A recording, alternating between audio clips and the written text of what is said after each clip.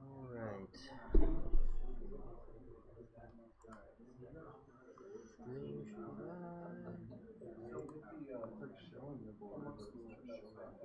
Mm-hmm. Yeah, for homework 2, you can just take that and start from there. So you don't need to use yours if you don't want to. Yeah.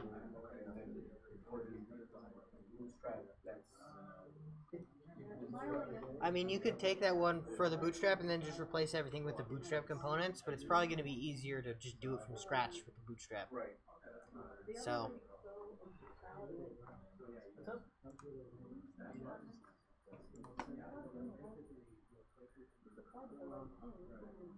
All right.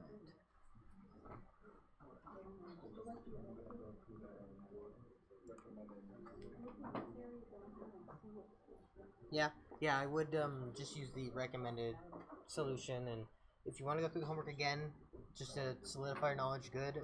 Otherwise, just use that one that we slacked out as your base, and that's fine. It's also in your GitLab repo.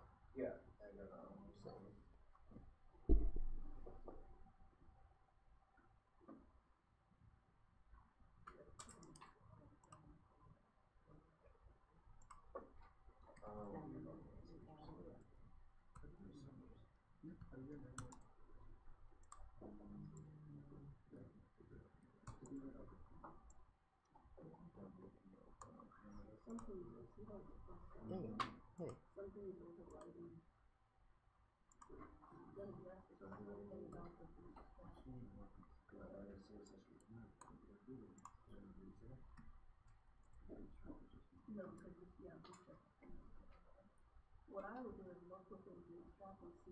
Alright, we'll get started in just a moment. If you haven't cloned or pulled down the latest changes in the Git repo, do it. We'll do it together in just a moment. If you want to just wait, you need them. And also so Stephanie slacked out the homework solutions from week 1, and you can use those for your week 2 homework. You can use those as like your starting point. The recommended homework solution is like the starting point for the responsive design. They're also in the GitLab repo, so if you don't want to copy them now, they're there under week 1 homework solutions, so you can get to them.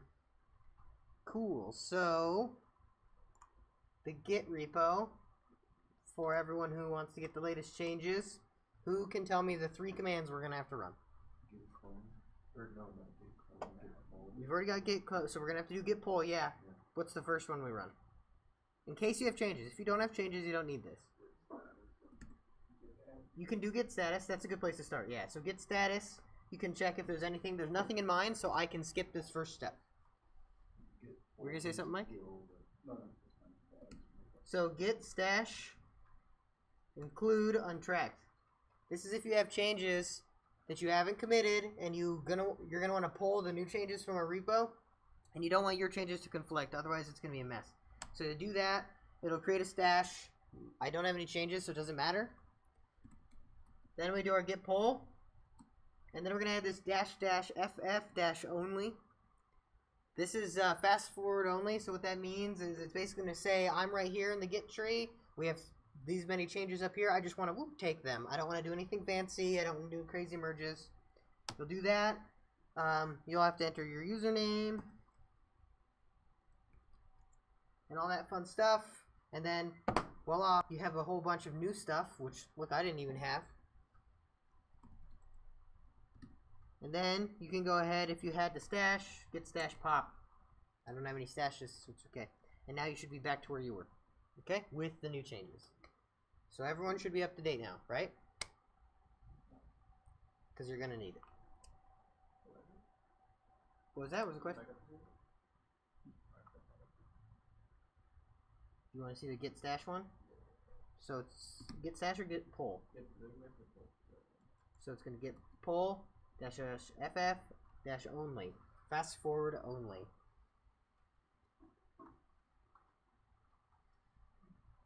These are more advanced git commands that we're not even going to cover in the class, but I figure I can share some Git knowledge considering I worked on a Git client for a while.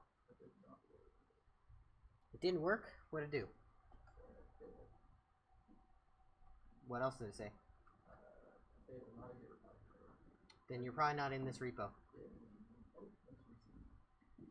If it says fatal, not a Git repository, you're not in the repo.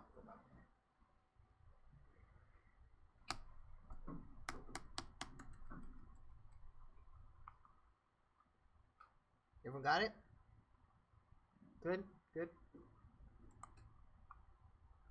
We'll help you when you get to the first exercise, Dave.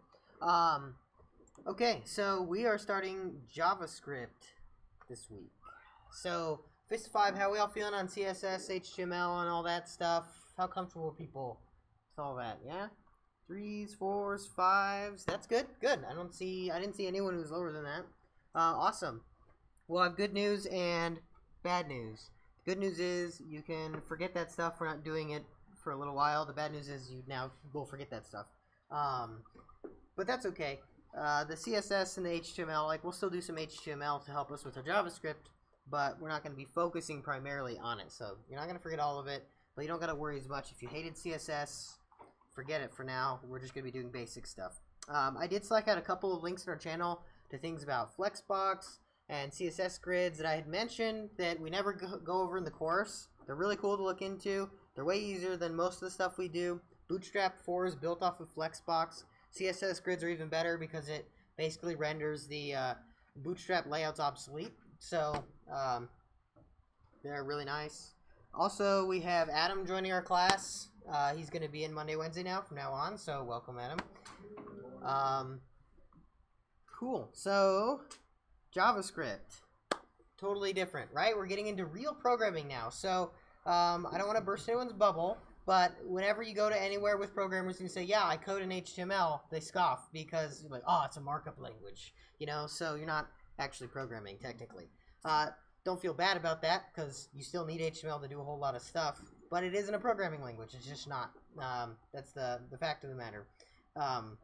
Now we're getting into a programming language, and so we're going to write real logic, you know, if statements, else statements, so on and so forth.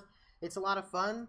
JavaScript's a really powerful language. It's really quirky. Some people really hate it. Some people really love it. I don't know. It just is. It just is. Anyway, so what is JavaScript? It's a programming language that you use oftentimes in your web UIs with your HTML and your CSS, and it can be used to manipulate HTML, to manipulate CSS, to do fun things. Basically, it's used to make the user interaction better, make your user experience better, more robust, because you can only do so much, which is static HTML, right? You can't do cool things like if I click this button, change all these colors, right? But you can with JavaScript. So that's what's powerful about it.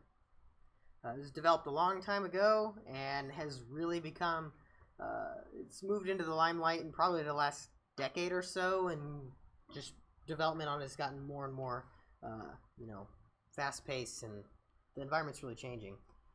So one thing that's really important about learning JavaScript, and I've said this a couple times before, and I'll reiterate now, really we have to start learning how to learn right now more than ever, because you're going to be thrown to the wolves effectively. We're going to be going over a lot pretty quickly, so it can be overwhelming, and that's okay.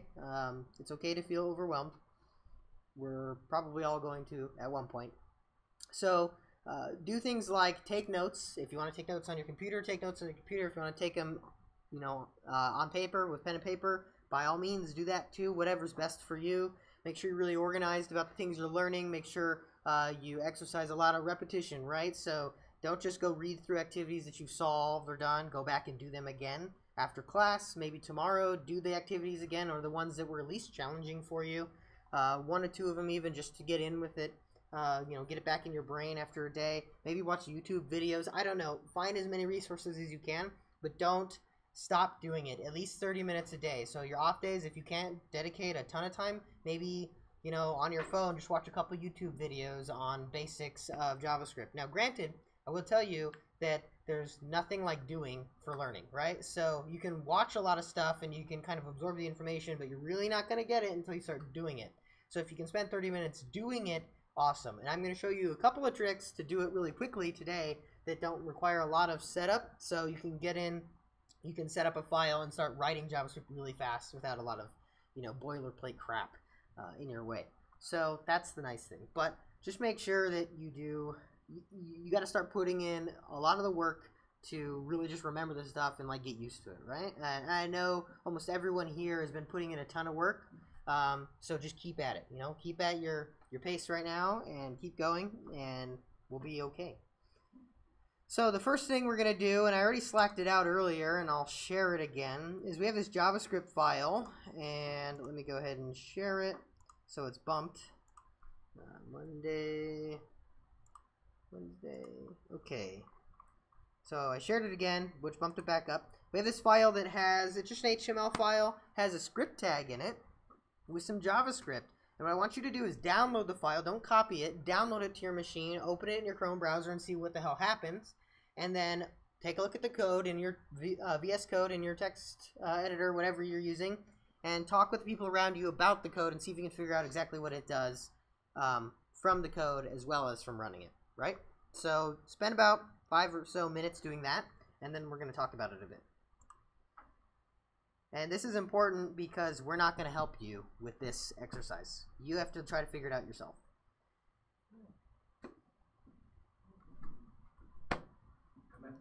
Commence. Yeah, talk together.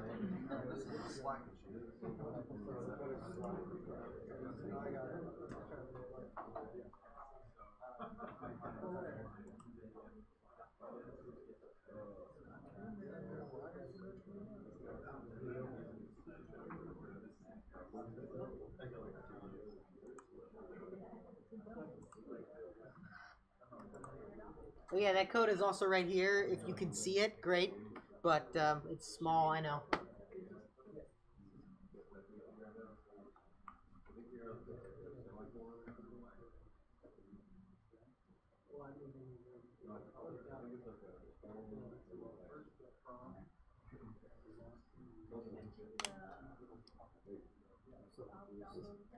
It's okay. It's okay to be confused right now.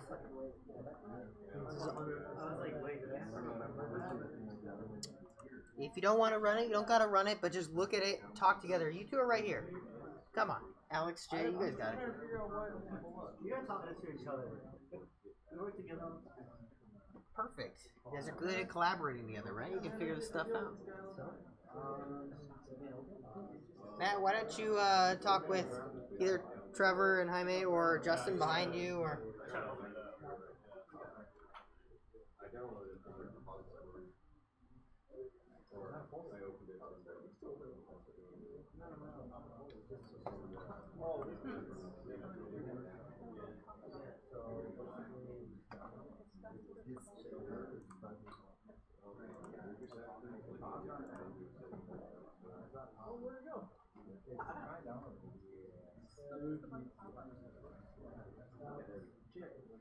That's obviously true. As soon as you hit the page, it pops up again.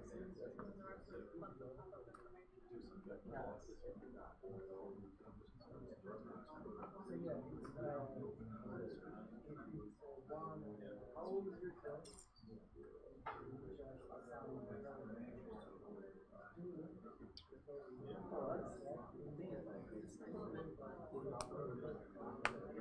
Dude, it's like if you like cats, you say yes, then it goes down the path. I'm not helping you. I'm explaining it to him. Well, you're looking at me while explaining it. Like you're trying to get reassurance that what you're saying is right. I feel like you might slip in a nod or it's definitely a if. Totally the program. Yeah, it's if.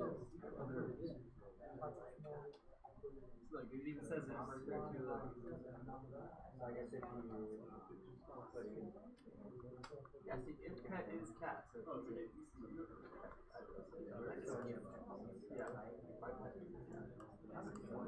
you learn to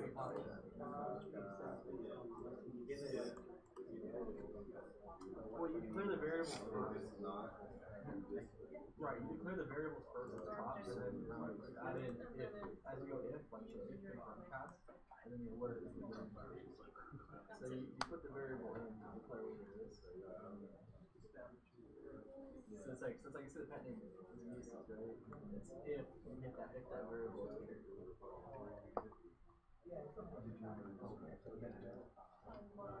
That was my favorite thing ever. I spent so much time. So much. So that's fine. I didn't do any artwork because I knew if I looked at it. Oh no, it's actually I just used what they had. Yeah. No, I have.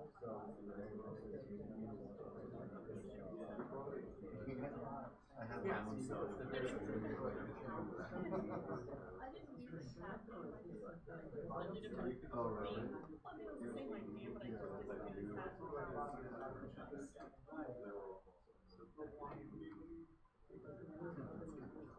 Yeah. Nice. Well, dude, come on. Oh, you can't say no to that.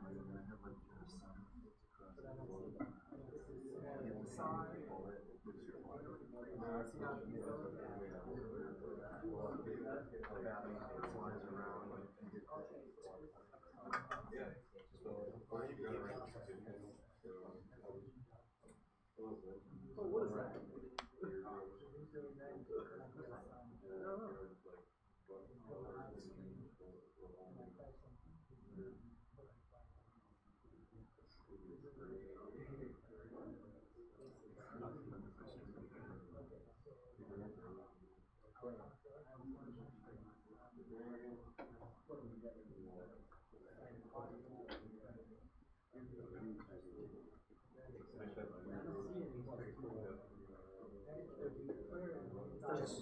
Just scratching the surface here. As far as it goes for programming languages, is this one pretty easy compared to the other ones? Yeah.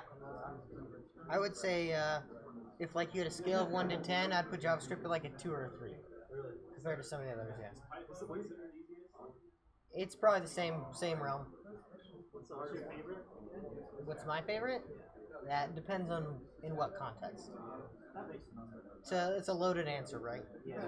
So I like JavaScript a lot for a lot of things, but some things I don't. So Like it fits in certain areas. Yep. Yep. Yeah. Yep. That one pretty tough? No, I'd maybe make that a 5 or a 6. Yeah? Oh wow. Yeah. So it's tougher than this, but all right. So basically, I let you all talk about that for about 6 or 7 minutes, and I hope you enjoyed that because we're not even going to discuss it. We'll talk about it later. I can understand why. This is stupid. Okay, so there's a reason why we're not discussing it, because we want you to kind of think about it yourselves, and I don't want to give you any sort of confirmation about any of the conclusions you came to yet. I just want things to start percolating in your mind, how they work. So, again, what is JavaScript? It's a cool programming language that we get to use now in the browser with our HTML and our CSS, right? So there's a couple of things to setting it up. For one, you'll notice that we have this new tag called the script tag. Now, before anyone asks, yes, it has a type equals text JavaScript. No, it's not required, unless you happen to be writing HTML4, and if you do that, that's just craziness. So don't do that. It's just implicit on your script tag, so we can go ahead and just take it off, and it won't make a difference. But it's just like that type text CSS or whatever that we have on the style tags or the link tags or whatever that are kind of implicit these days too. Was that the only like scripting language you could put in there then? Yep. Yep. There were other things you could do. I mean, back in the day, but really that's it these days. That's why it's implicit, because it's all you're going to use. There are variations of JavaScript you can use that the thing is, though, they end up being raw JavaScript after you compile them. So, yep, that's it. So I hope you like it. Anyway, JavaScript it shares a lot of things with a lot of programming languages. And the reason why HTML, CSS aren't considered programming languages, like full programming languages, is there's not a lot of these things like conditionals. There's not different types of variables. There's not really any sense of logic in those. There's some selector stuff in CSS that can get kind of complex, but it's still not the idea of logic where you can follow a path and then have decision trees and so on and so forth. JavaScript has that. So as far as languages go, it's about as true as one can get, right? Has a lot of things in it. One of the very key basic things in a programming language would be variables. Okay, so I'm going to pull up these slides really quick because they do have a decent breakdown of the variable structure. So variables, this is funny. This first one is funny. Variables are the nouns of programming. That's kind of true, but is sleeping isn't a noun last I checked. Anyway, they're the things that you do in programming. They're the data, right, that you use are held in variables. Okay, so the way to think about them is they are containers for your stuff. Basically, it's how you can tell the programming language to do anything. Really, you need a variable. Otherwise, you can't do a whole lot, right? They have a variable name and they have a value. Always, they have a variable name and a value. If you don't give it a value, you have like a half variable, and we can get into that later. But just know that right now, when we're doing variables, we'll always have the keyword var, a space name, a space and equal sign, and then some form of a value. There's a bunch of different kinds of data types too that we'll get into, but three of the simple ones that you're going to be using more than anything are string. This first one, Snow White, is called a string. Basically, you can see that as like a text literal, right? So, you know, Carson would be a string in programming, and it would be wrapped in double quotes or single quotes. That's how you denote that it's a string. It's just a sequence of characters, right? So, we'll get into it in a moment, but you can already probably see that we have this string of characters, and what's to stop us from putting a 1 there, right? So, data types. It's different than, say, a raw number, where you can see dwarf count there equals 7. It does not have quotes around it. It is just a number. Negative some crazy number to positive some crazy number, like it accepts huge numbers. You can do decimal places, anything like that, and it still qualifies as a number in JavaScript, because that's all they want is a number. Some programming languages have more distinct versions of numbers and types of numbers. Not in JavaScript, it's just all a number. And then the last one is called a Boolean. Boolean is a true or false, 0 or 1, kind of a deal, right? And they mean what they say, true or false. Now they're full words, so true and false are spelled out completely. There's no other way to do it, but there's no quotes, right? You put the single or the double quotes around it, and it's no longer a Boolean, it is a string. So those are three really basic data types. I'm going to go ahead and open up that code again I had, and we'll go over those. Okay, so these are the same ones, right? We got our string, and like I said, this string right now has double quotes. If I surround it in single quotes, I have effectively the same thing with single quotes. It's preference, really, which one you prefer. Some people prefer to have their JavaScript with single quotes and their HTML attributes with double quotes. Some people do all double quotes, some people do all single quotes. Really, it doesn't matter until you start putting single or double quotes in your string. Then it gets weird. But otherwise, just know that this is effectively a text literal, right? Then we have our number, and this can be all kinds of things. That still qualifies as a number. That qualifies as a number. That qualifies as a number. Negative 0.000000, bunch of numbers. 6 still qualifies as a number, right? A lot of things can be a number in JavaScript. The only real important thing to note here is that there aren't quotes around it again, and it's some number. There's no characters like an A through Z or an exclamation point or anything like that. It's just a number, maybe a decimal place, maybe a negative sign, right? Like we would do it in math. And then again, back here, we have two values, true and false, all lowercase. In VS Code, they'll do you the favor of turning this dark blue or whatever your theme is. They'll give them a special color so you can know it's a keyword, right? Voila, true or false. Sometimes you'll see, to denote multiple values, like, hey, a Boolean can be true or false. You'll see this pipe. Pipe in programming stands for or most of the time. But don't get bogged down with that. The important thing is there are two values, true and false. Now again, if we wanted another variable, so say I want a variable that is like, I want to make it 100, right? Let's just say I have a variable, I'll name it 100, and I want to set it equal to 100. What would that look like? Anyone? Yeah, the variable name could be 100. It can be anything. I don't care what it is. Someone give me this, how I would type this. Just var something. No. var name equals 100. 100 semicolon. Why do I need the semicolon? Does anyone know?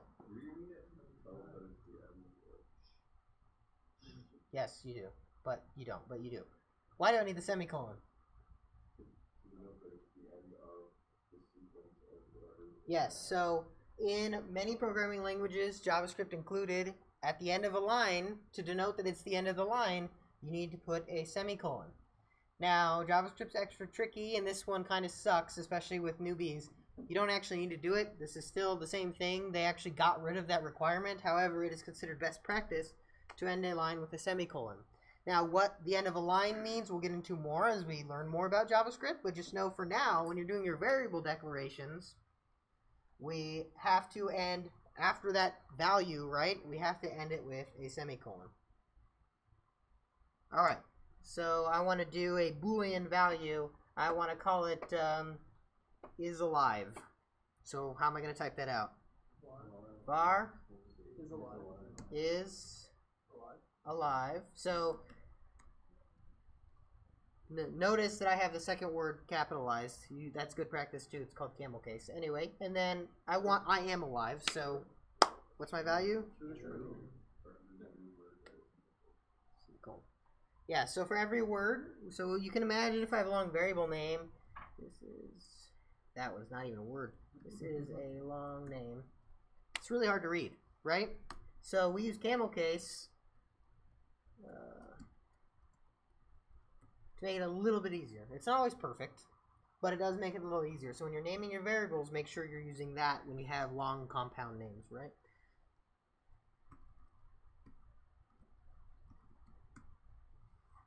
I'm not really the third. I just want to make it longer. Anyway, there we have 3 more variables now we can use. So, Fist 5, how are we feeling on variables? Everyone feels pretty good right now. Seems real simple, but I'm about to give you an exercise to create your own variables, and we'll see how you feel after that. Okay, so we have exercise number 3 in week 3, the pizza variables unsolved. That's the one you're going to want to do, and I'll go ahead and I'll open the instructions on the screen here.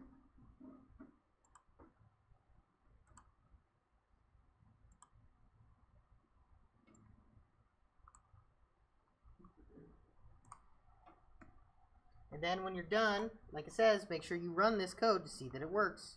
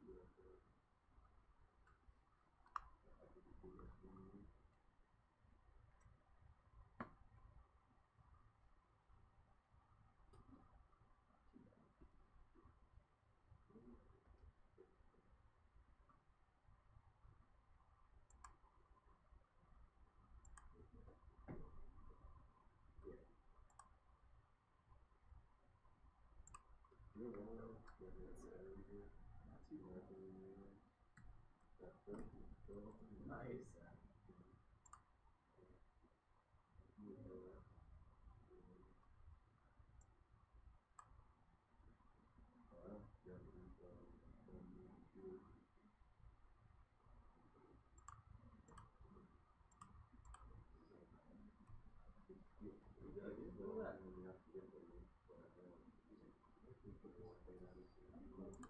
question. Carson, does it matter if we have spaces in here? Like, say if we're gonna, is After hungry the space variable. equals space? Between like the equals, and like the value.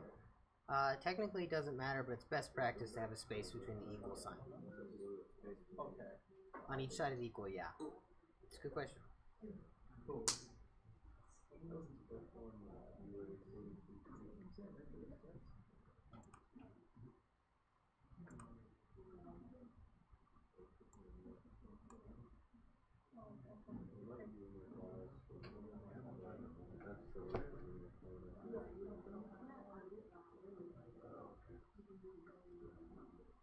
Yeah, so it'd be one.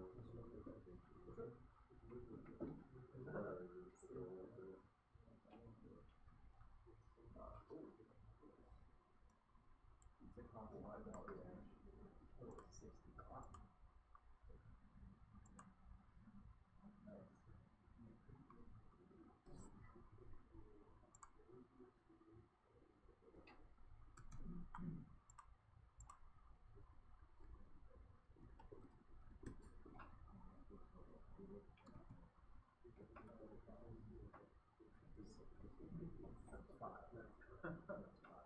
I put 12.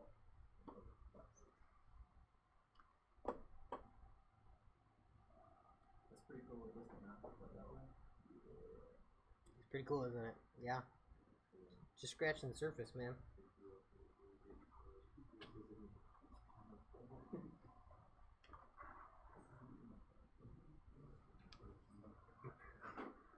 So what's the difference between JavaScript and Java? Java's a totally different language. Really? The name is coincidental.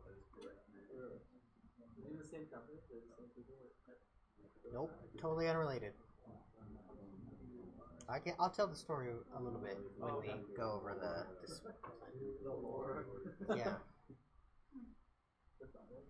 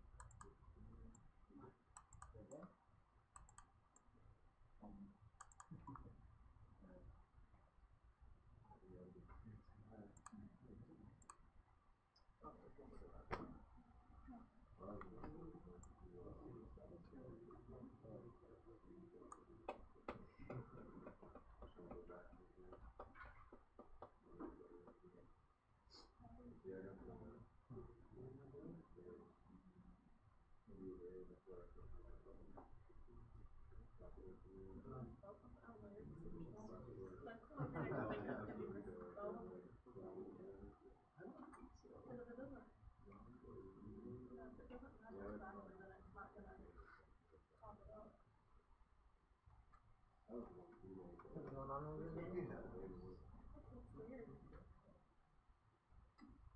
It's just not coming up with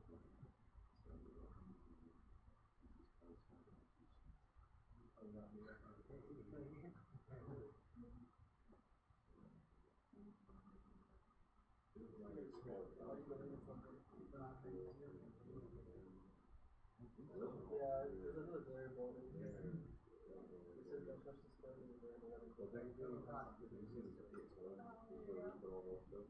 But the repository, they gave In a variable. Copy that and put it back in. Oh. Then I'll fix it. How did I do that?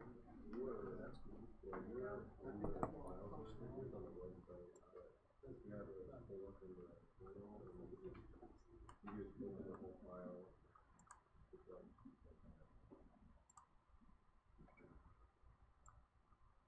All right.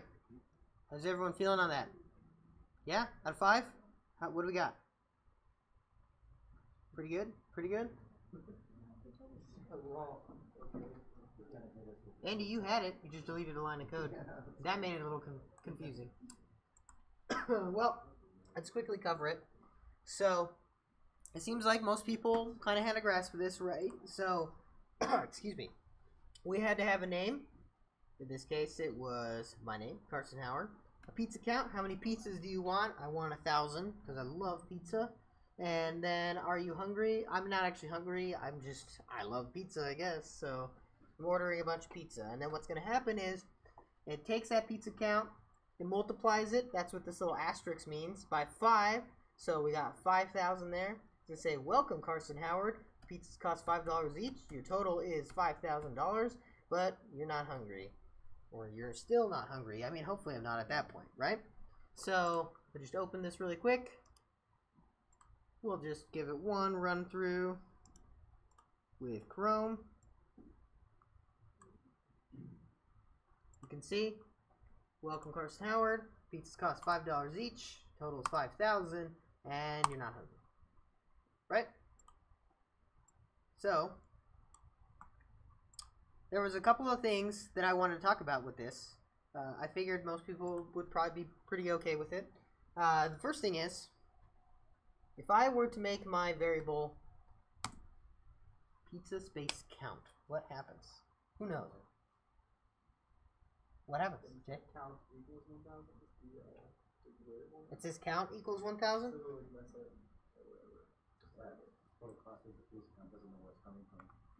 What about var pizza? Does anyone know what actually happened when I open this in my browser? What prompt would I get? What would my first prompt be? It'll say welcome. Your name and stuff.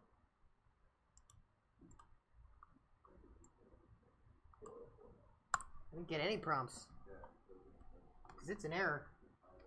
If I go in here, hit F12, I go to my console, it's just like, what the hell happened?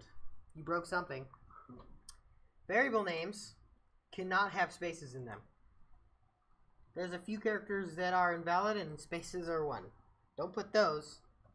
I'm pretty sure you can't do backslashes either. And there's a reason for backslashes. It's because it does escaping and strings and stuff. Just, you can't use that. For the most part, you can use everything you want. Can't use forward slashes. Right? So there's a few things. Can you use a number, though? Can I do pizza 1 count? I can do pizza 1 count. Can I do pizza underscore count? Yes, I can. Pizza dash count? Doesn't like that one. So there's a few characters you can't use. For the most part, they're sparse. Just try to keep things easy. If you want to do any spacing, use your underscore. And as long as you don't... Oh, that's not an underscore. As long as you don't get too wild with your characters, like you start throwing exclamation points and @ signs and stuff in them, like you're okay. So stick to numbers and letters and underscores, and you're fine. You can also put $signs, but and you can put those kind of wherever you want. So that's like the one weird character. What is going on? The one weird character that you get is the $sign. Okay? If you really want it, but don't do that. Just numbers, letters, and underscores. Okay?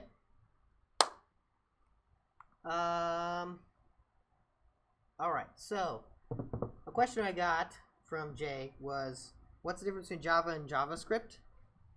Some of you might be wondering. For those of you that know what Java is, it's another programming language. The answer is everything. They're totally unrelated.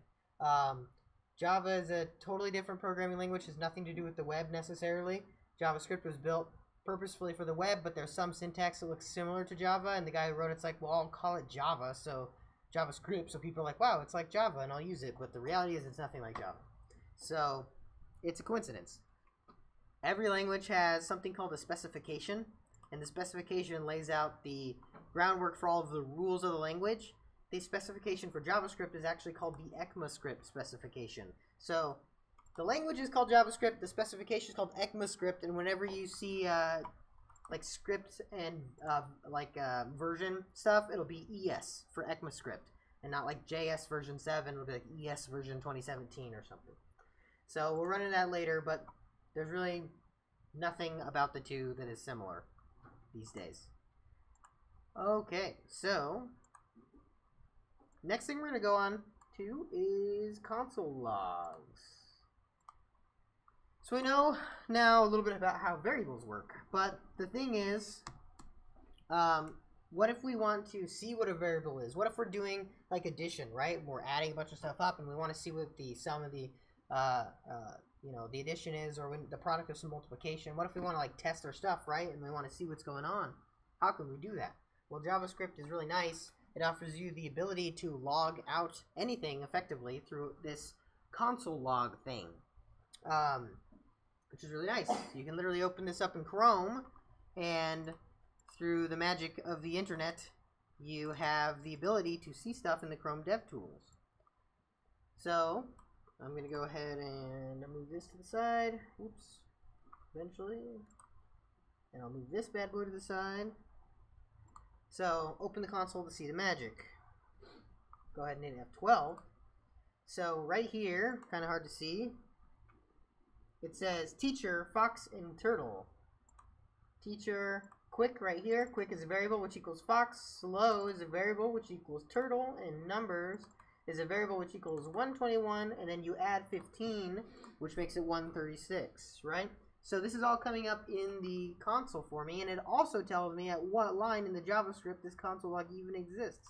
So I can literally click it, and it tells me right here in the DevTools where in my JavaScript code this is coming from. So this is pretty powerful.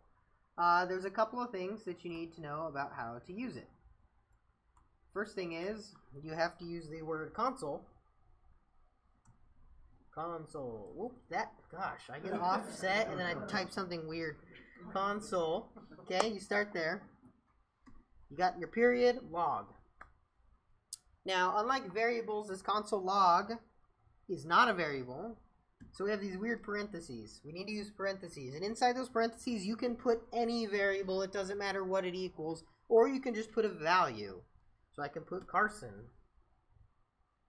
And then at the end, you need your semicolon.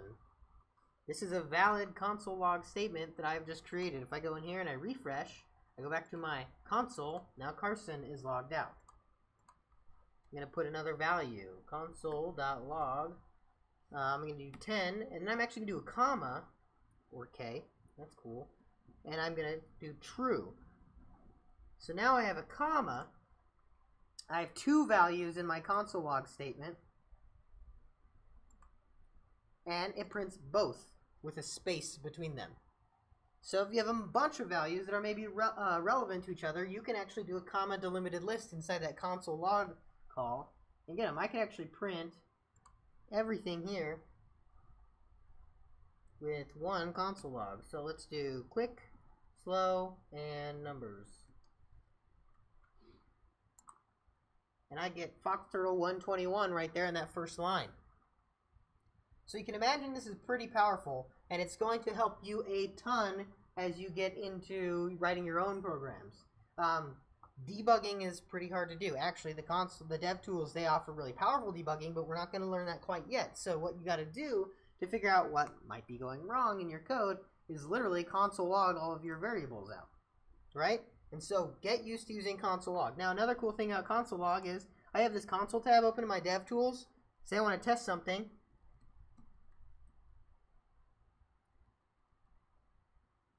As long as I have a valid statement, I can do console.log hello right there in the console, and it literally logs hello. So I can even do variables. Var numbers equals 1000. I can log numbers out, or 10,000. I log numbers out, the variable name. Notice there's no quotes, and I get the 10,000. So if you want to practice your variables, seeing how things work, you can just open up the DevTools. You don't need any HTML. You can be on google.com, open up the DevTools, go into the console, and start working your magic. Right? So I can do console.log name, and I get Carson. I can do name, and then I can do something really wacky. Don't do this. Plus 10, which is a number, and I get Carson 10. Don't ask why that happens.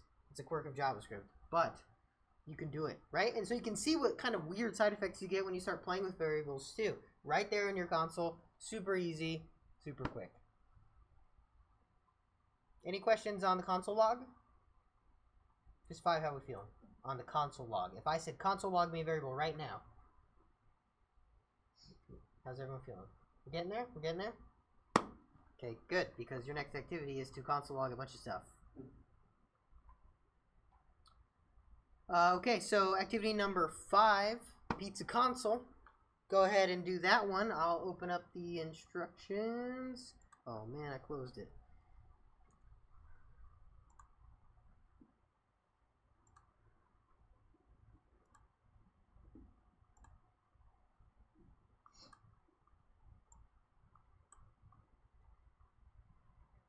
Alright, so you get a file on this one, and you get to use a bunch of console logs instead of alerts to display messages.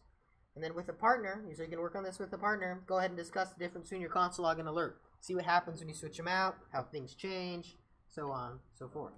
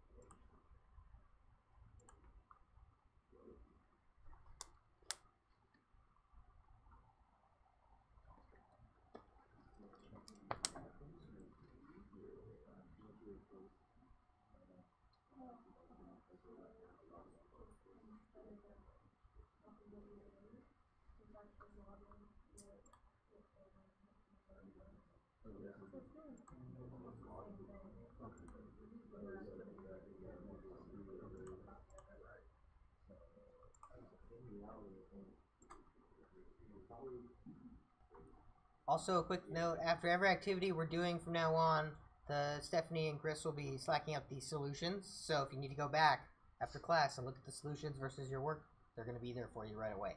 So you want to have everything for the week until the end of the week in GitLab, but they'll be on the Slack channel for that day. Anyway, sorry to interrupt.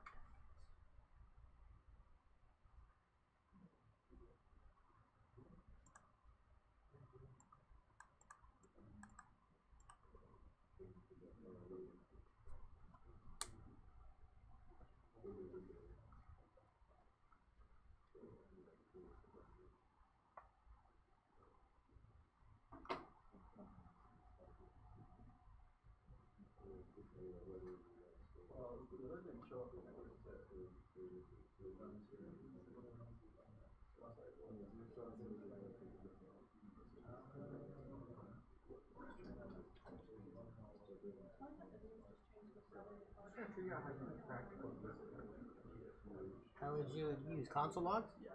You'll use it everywhere, man. So, when you change it away, that's more beneficial. Well, the alert doesn't pop up because it just changes console log. If you want to have one of both, or what? Well, an alert affects the user, doesn't it? Right. Console log doesn't. So if you're testing something and you don't want to affect the user experience, why would you use an alert? I should probably tell you this in the review after the activity. That like completely just unlocks the entire thing. Yep, that's why. Yeah, if you're definitely working on something, you're like, I don't know if I want to let that out. Yep. Yeah, exactly. You can kind of see how your code is working while it's working, you know?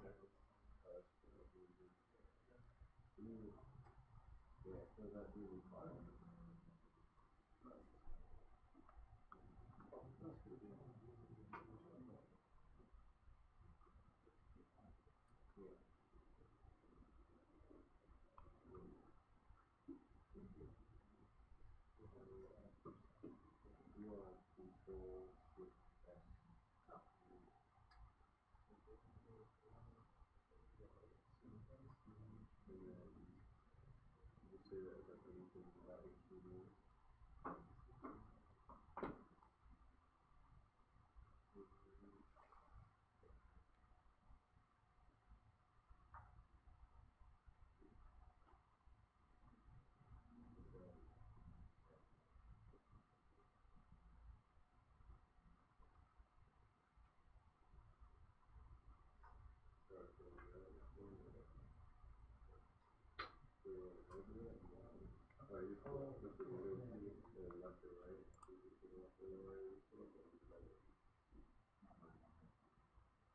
Oh, so right click your code and just open it in that browser. You have the license. You file folder.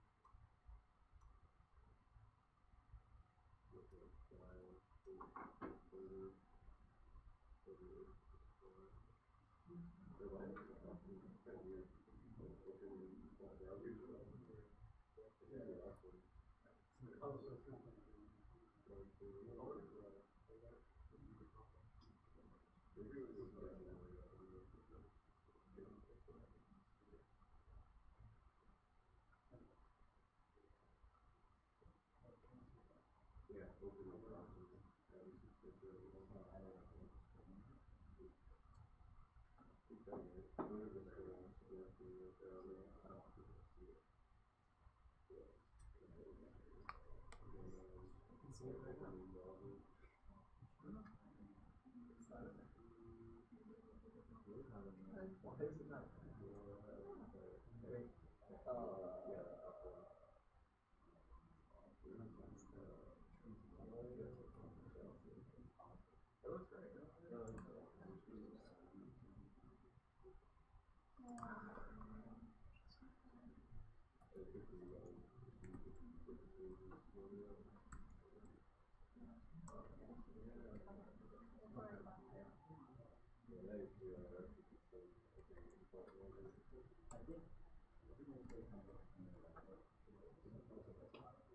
Yeah, when you explain the strings and the numbers and booleans, I took it out of quotation marks. Yeah. Good. To learn JavaScript first, then go to HTML. You technically could, but would it make the most sense if you don't know what the HTML tags are? Would it make sense to learn JavaScript? It's just a lot like in Java with the stuff that you don't make sense to carry over.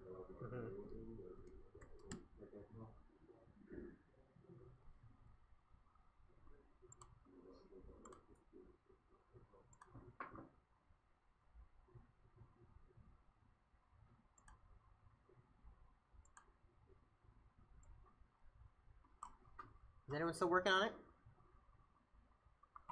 Okay, great. Then I guess we'll talk about it. You guys are killing it. Cool. So what you guys got was this bad boy, and you're basically told, hey, console log everything instead of alert, see what happens, see how it's different. So in the final version, we have this console log. What's the major difference? Got rid of the alert. Got rid of the alert. So how do you now see what this console log is doing? You open the DevTools, right? So again, just to reiterate, I go ahead and I open this bad boy up. I open it in Chrome. All kinds of magic has happened behind the scenes, and in here you can see all of that stuff that was being logged out right here is now in that console section as opposed to being in an alert section. So just to, again, one more example, we'll replace this again with an alert, and you get this alert, this pop-up, right? But then the rest of them are in the console. So the alert's a little bit more in your face, the console log's a little bit more behind the scenes. Why would we want to use a console log versus an alert, or vice versa? Anyone got any good ideas? Other than you, since I told you. Okay, then other than you too. Did anyone not hear what I told them? So when you use the console, if you're like developing something and you don't want people to see it, Yeah, exactly. If you're developing something and you don't want people to see it, or if you don't want it to annoy you, an alert pops up, you got to click it, it's annoying, right? So if you're debugging a bunch of stuff and you want to see what's happening in your code, you want these alerts to keep popping up, right? What if you're doing something that's fast and you slow it down so suddenly it changes? It's not fast anymore, right? So you can't actually see how it's working because you're alerting every bajillion time, right? So console log is good for like in the background. You just kind of want to see how this code is working. You can actually step through in between every variable declaration. You can put a console log to see what happened, right, and see what that variable looks like. So it's pretty convenient in that regard. Any questions on anything we've seen so far today? Any more explanation on any of it? We technically are like 15 minutes ahead of schedule, so you guys are killing it. All right, take a break. Come back at 7:40.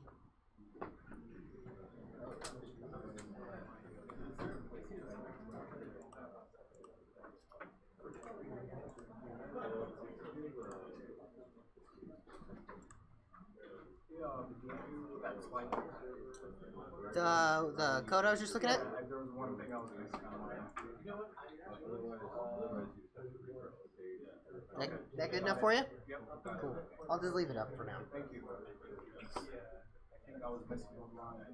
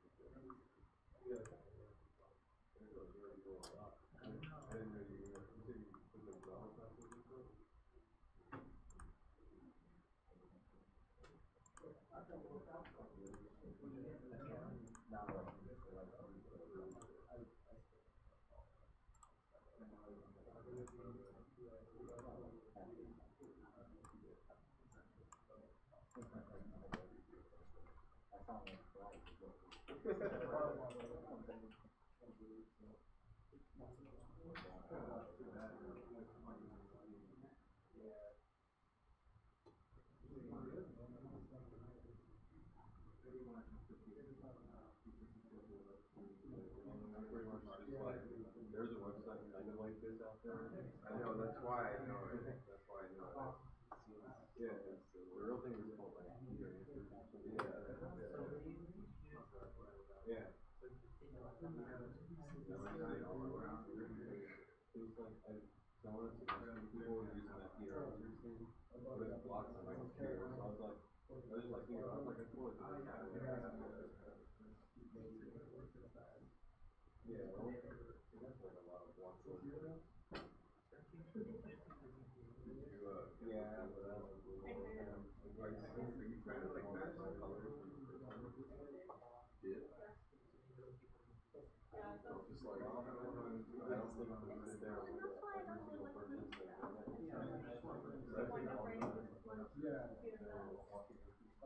Well, that's does it look the same?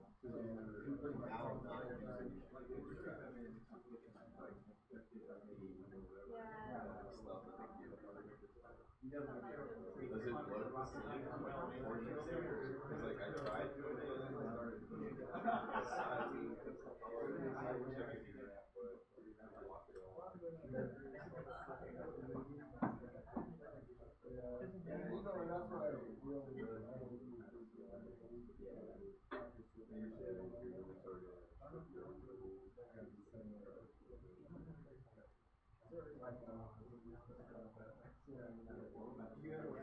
Oh, yeah. Yeah, no, I know.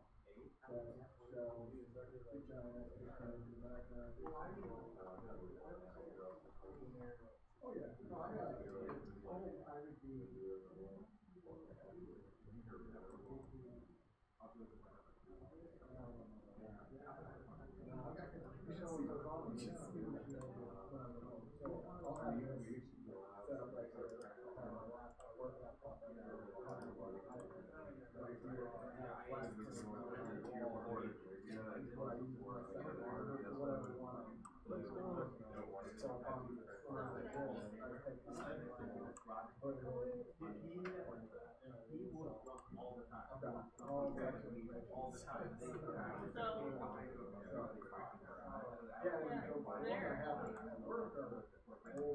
I'm working on sizing with the car. My issue is it's not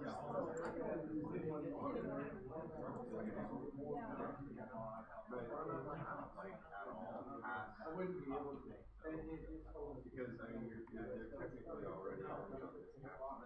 Right, yeah, so once you I code at work sometimes, and I just can't code. Yeah, but yeah, I don't have it set up. I would literally just like be on this. I'm not really okay.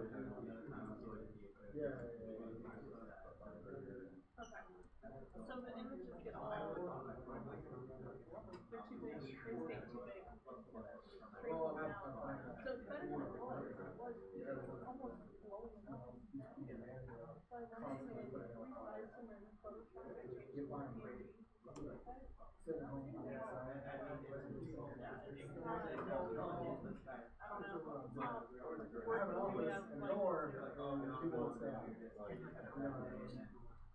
Somebody always has So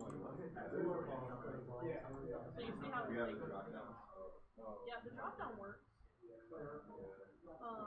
That's fine. Why does it scroll? It's not. Yeah, something. One of the containers. So it just depends. I call my office and look at it. I show up for 10 minutes. I'll take that laptop out. Oh, part one? That's something.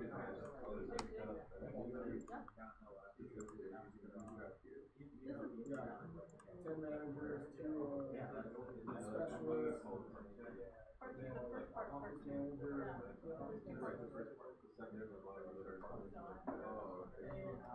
So one where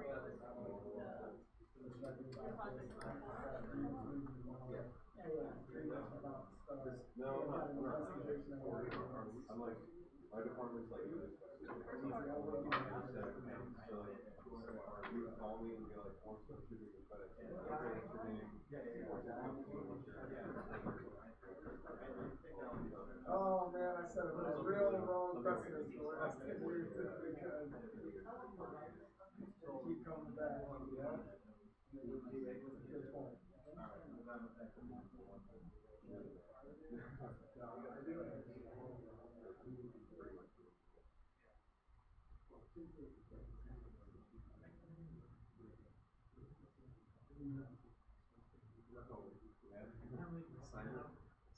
Yeah, we're like out of town since away. That's for your like the parking studio without Okay, that's what like I'm like. I was like, no wait, I read this morning, there's no way. I was like, that's gonna be way harder than So I was watching Netflix and coding at the same time. I kind of had to. I mean, at least you're ahead now for. Now you just gotta take out all the bootstrap and put back your old CSS and everything. Because that's probably why it's not. You can't change the size of the container in Bootstrap. Like he tried doing it on Saturday and it was like locked or whatever by the content of Bootstrap. Yeah. That's why, yeah. That's probably why you're right now. Yep. Totally.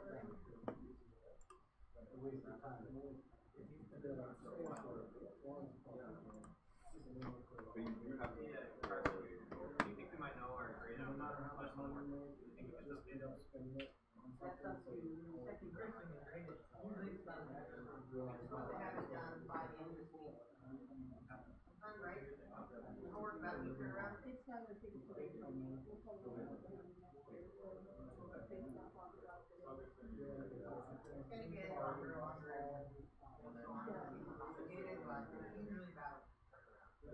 I don't even know what the deadline is, to be honest. I don't even know. I'll have to try to get it done before the next one.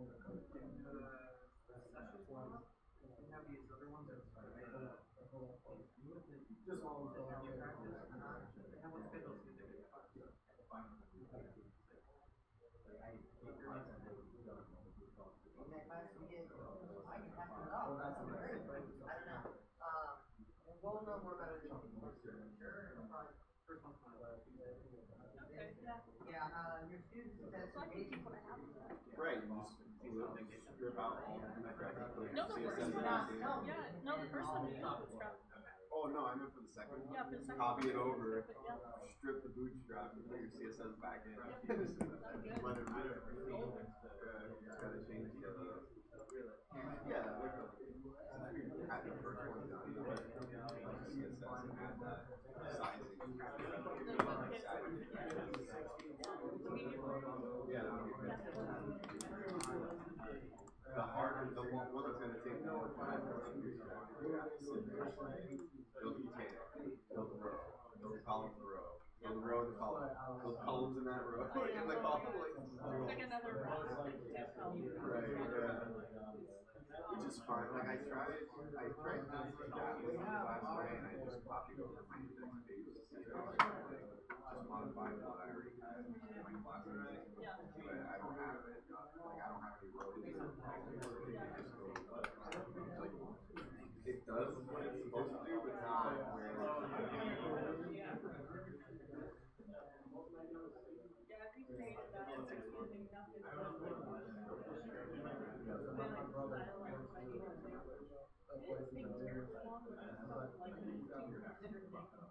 yeah, yeah, exactly. That's why I was like, okay, now I have to open up this webpage and see what I can do. Like, what can I name this class? I found a good little cheat class that tells all the classes for each different section. Yeah, please. I haven't tried looking for any. Yeah, that helps. Oh, I can imagine. Just need like a laundry list of what I can and can't use, right? Yeah. Or really just what I can use, like I don't even need what I can. That's pretty much what it was.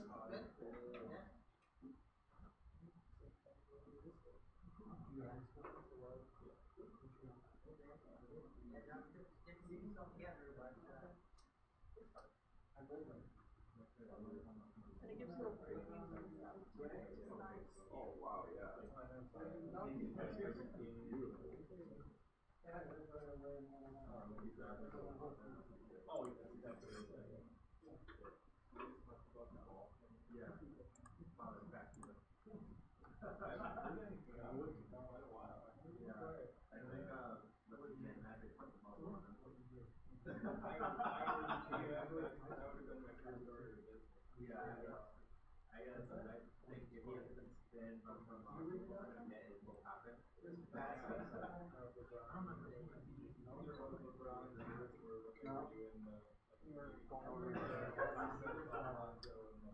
Pulling from the repository thing for class day. What I've been doing is just creating a folder for each class day instead. So I'm redoing it, like downloading the whole thing over again You're each calling time. every time? Yeah, is that gonna be a problem? Or? I mean, you have the same stuff. I'm just trying to schedule it out per day, like. So what I would do is, if you're gonna do that every day, just blow away the old ones. You literally don't even need them. And with Git, you can go back in time. So you could actually say there was Thursday, and you're like, I want it to look like it did Thursday. You can actually go back in time and have it look exactly that same way. Okay. So Git's pretty powerful. Maybe if we have extra time at the end of this class, because we probably will, maybe we can talk a little bit more about Git. Okay, I've been trying to read up more on it too, like different commands. The problem with Git is reading up on it is hard because it's very abstract. But I have a bunch of sites saved now, and just reviewing.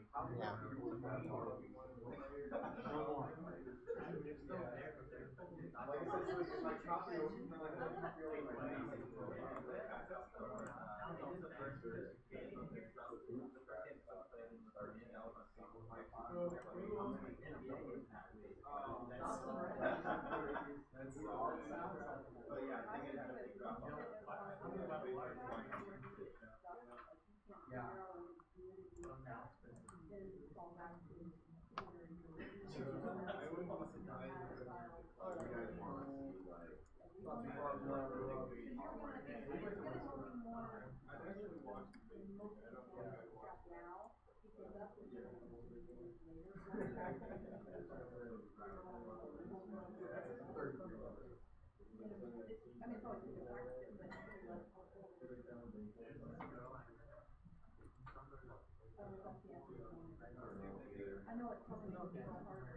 It's not necessarily that, but like, for instance, so up here, my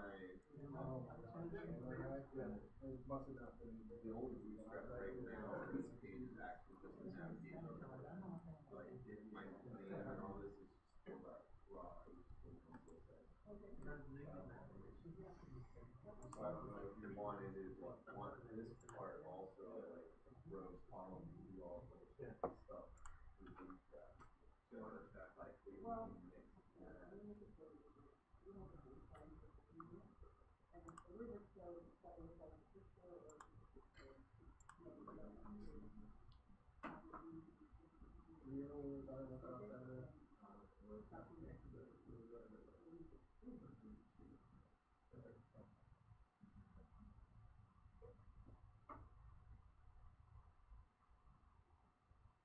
What's up, Nor? So, when you got started in developing, when you get stuck, what did you do? Did you hand it along? Yeah, a little bit. Sometimes it helps to just go away from the problem for a little while and then come back to it. Sometimes it helps to try to look up different resources.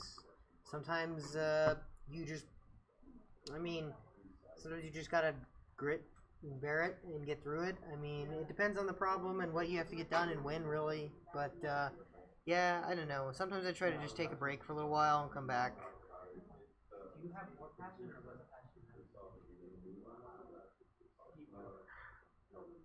I'd say what I'm passionate about in regards to specific pieces of what I do has changed, but overall I'm just as passionate as I was before. I can't say I was more passionate then. It was like I was more passionate about different things, right? But in terms of software in general, I'm still just as passionate.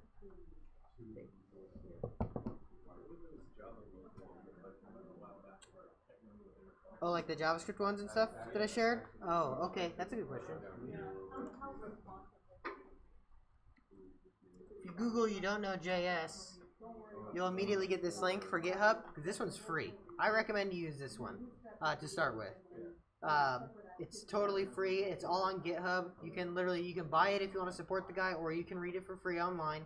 So just Google you don't know JS, and you've got one for free.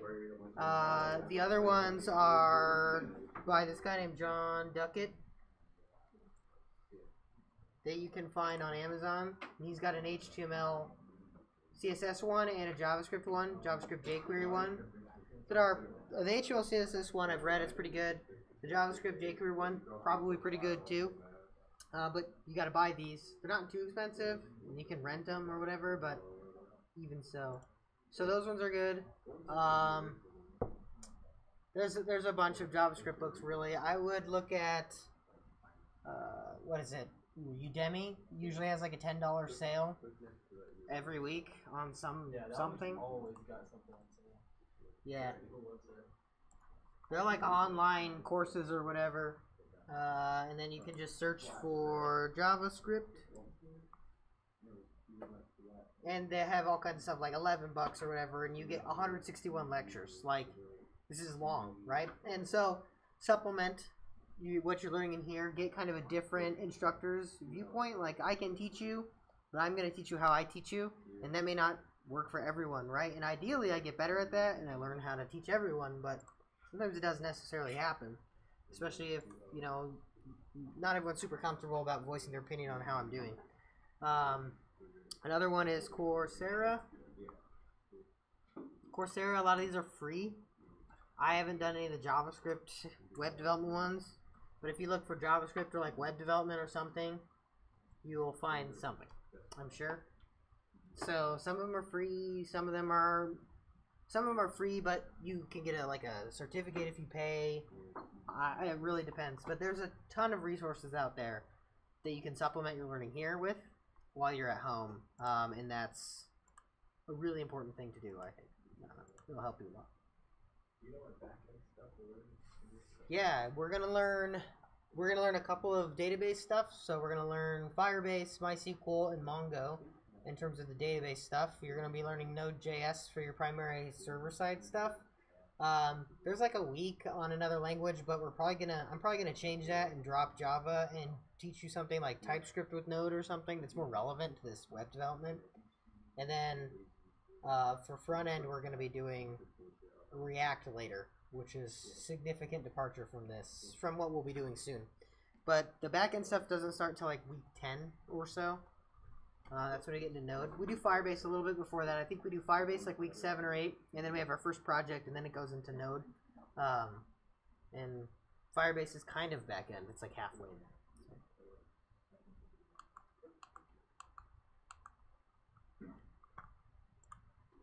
Okay.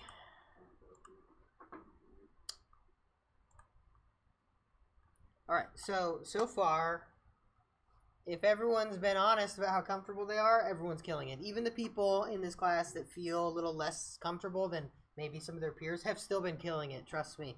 From what I've seen and what we've been talking about and stuff. So you should all feel pretty confident at this point. We've gotten through the first half of the class. No one seems to be totally scarred by what we've seen. So that's great. It gets harder. The second half of the class is a little harder because we're going to go into more abstract concepts, but not too much, so hopefully it's not too overwhelming. But again, if things get a little crazy and you're having a hard time remembering all of it, go back and do the activities again. Start from the easy ones, right? Start from the variable ones and just like nail down how do I make a variable, because that never changes, ever. And then how do I console log, so on and so forth. How do I, as we get further in this class, how do I do things like create arrays and create objects and do functions, right? So make sure you just hammer all the basic stuff home that we're going to learn, because those basics are super important. If you understand the basics really well, like everything, right, you can get really, really far without knowing much else. It's just like, you know, cooking or woodshop or whatever, right? If you know how to do the basic stuff really well, you're good to go. I never did woodshop, obviously, so I don't know, just picking something arbitrary. But okay, so we've done a little bit with alerts and console log. Come on, buddy. There we go. So let me go ahead and open up this little page I got.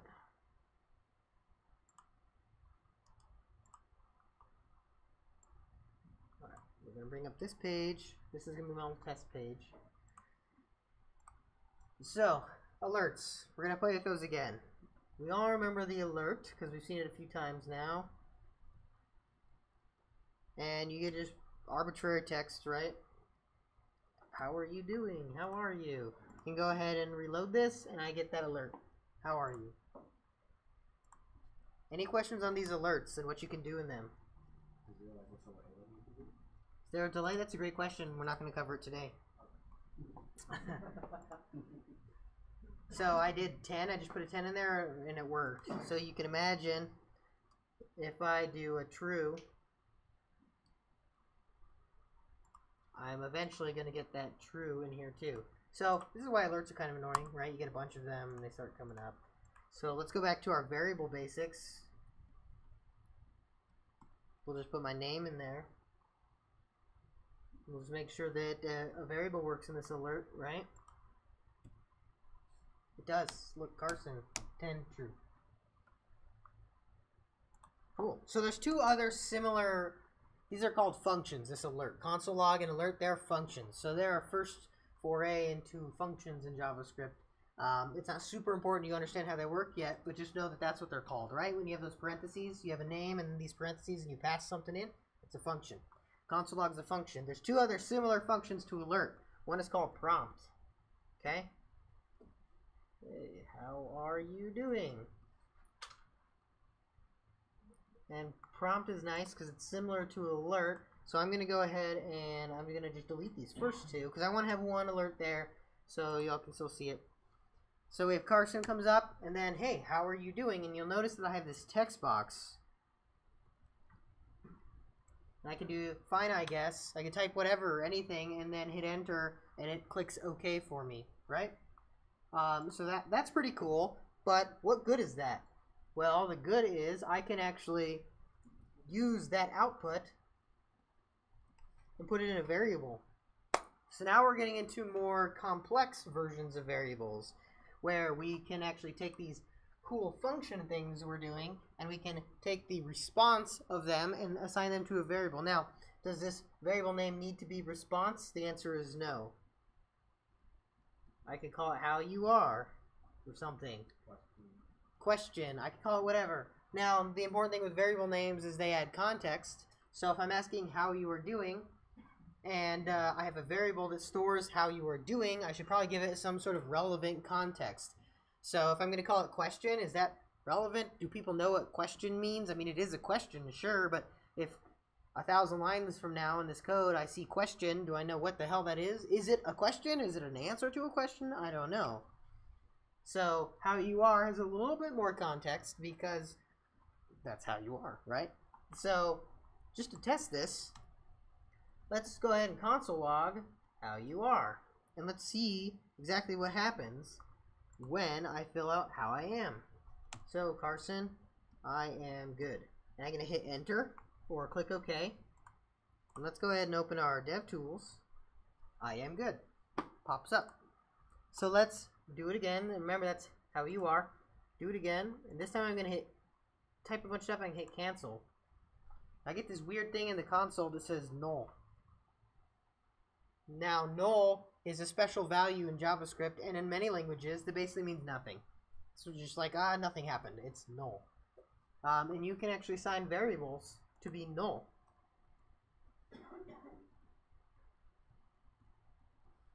I can set how you are to null up here, and then I can actually get rid of the var, and I can reassign it later. Another thing with variables that's a little bit more complex, which I don't think I'm supposed to show you in this exercise, but I am anyway. So it says Carson, how you are exists, I am good. I'm going to hit OK here. You'll see I am good. So how you are now equals I am good. But if I were to console log how you are right here,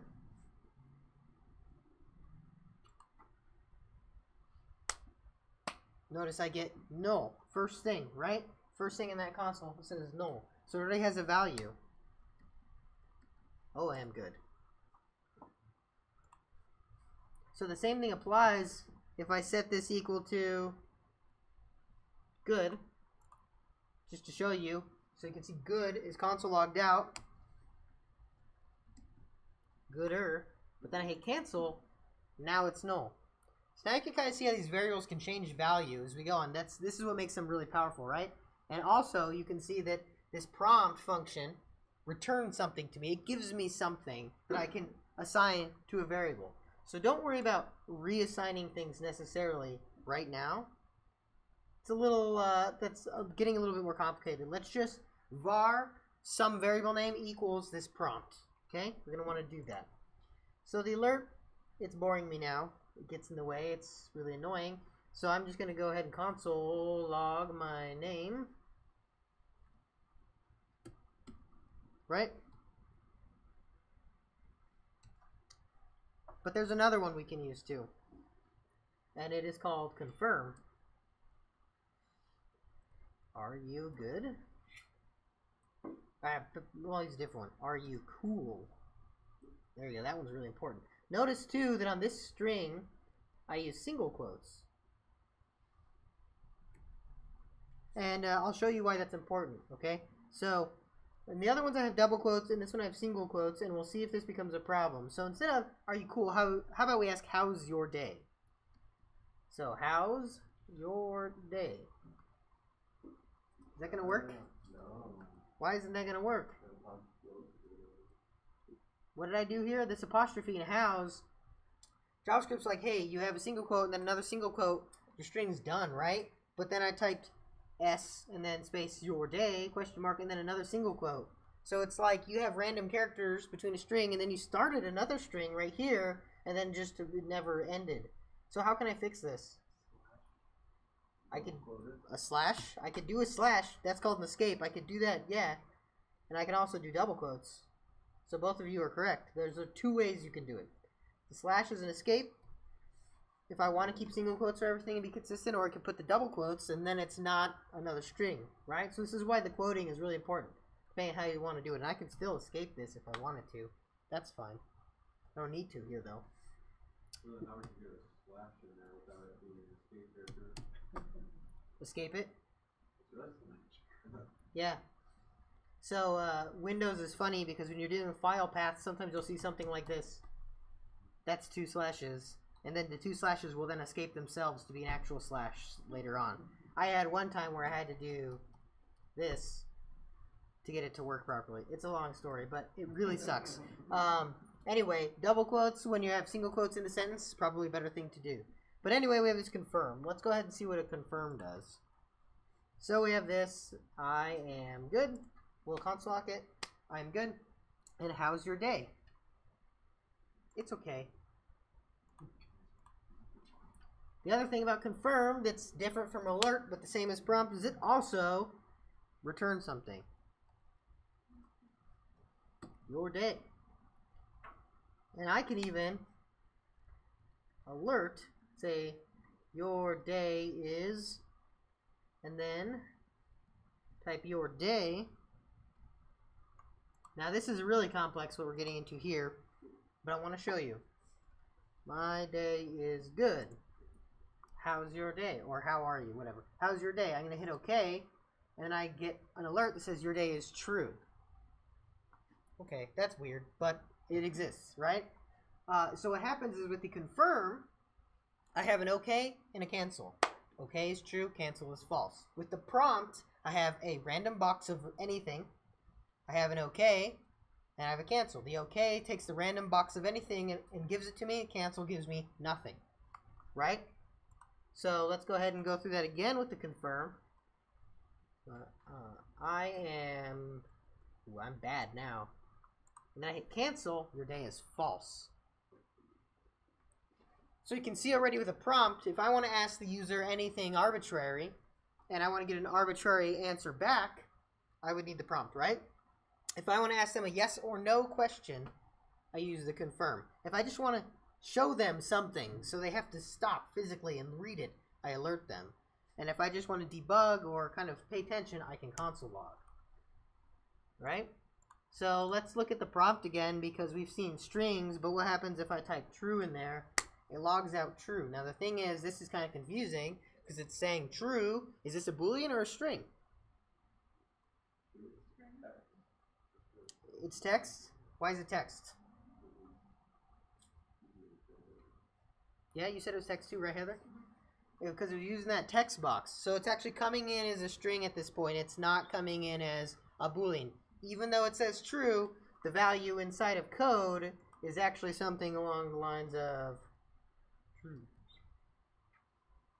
Right? And if I were to do 10, it would come in as 10. This is a string because it has the quotes. This is not a number. The other one is not a Boolean. Any questions on these? Alert, confirm, and prompt. We're about to play with them for about 15 minutes, so if you have any questions, ask them now. No? All right. We have number 7, prompt sushi. That is the thing we're going to be working on, and I will open up the instructions up here.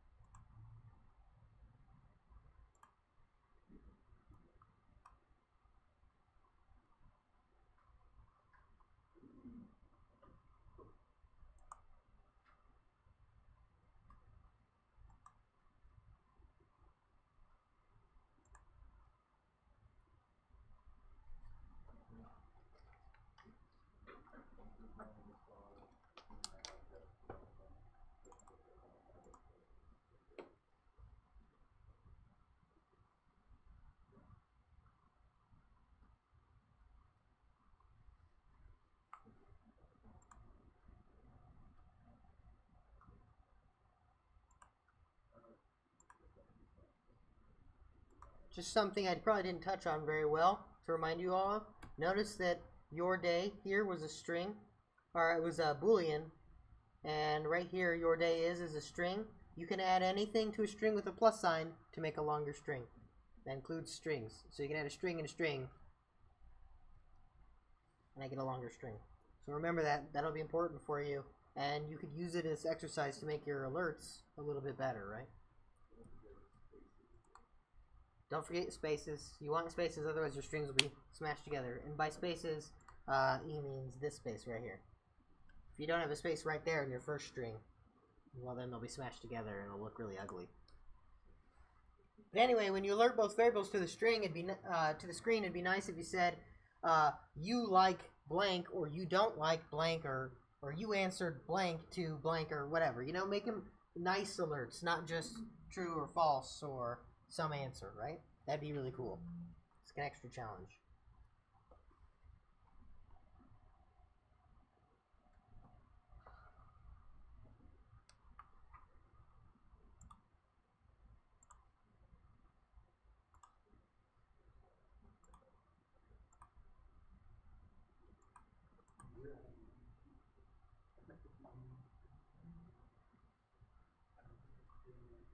What's up, Matt?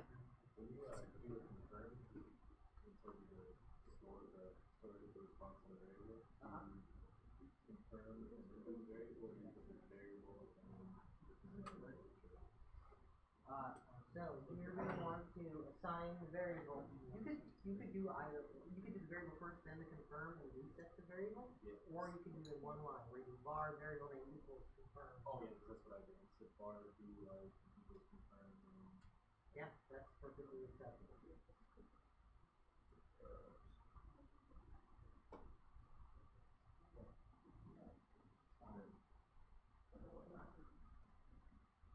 You got this? You have any questions?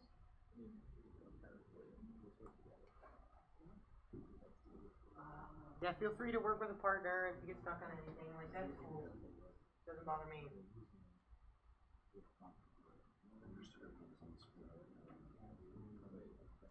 let me try that real quick somewhere. It says it needs to be like this.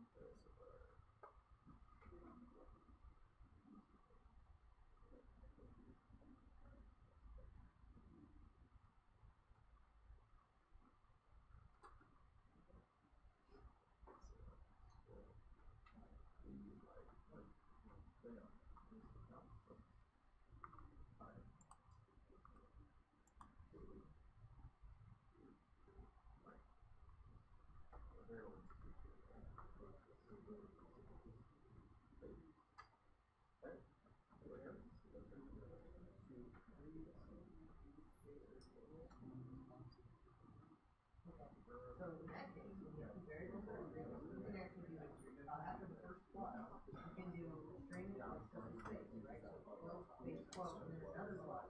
It's like two and two, right? That is the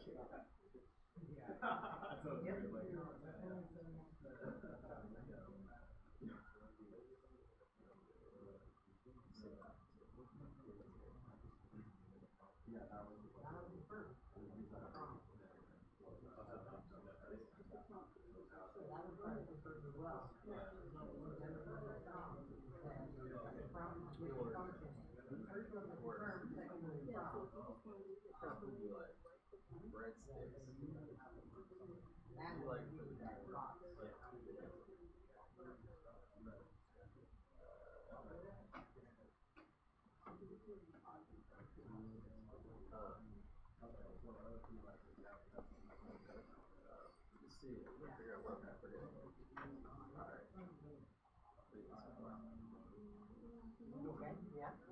What am I missing? What's the last step? So how do you do that?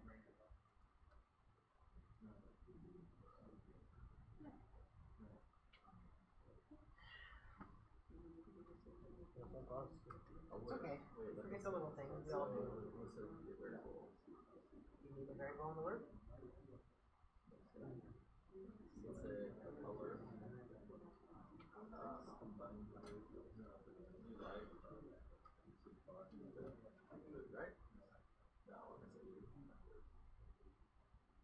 how are you gonna make that actually work? Will that work the way you have it written right there? You're on the right track. Okay. Now, how do you get the food in there? Oh, you know what? It's a true or false, right? So you like, or no, the prompt is not. Show me. You put the plus in your string? Yeah, it's outside you.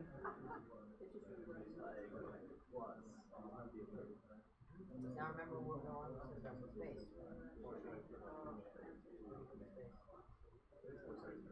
There's a space before the plus, that's good. Is there? No, after you want one too.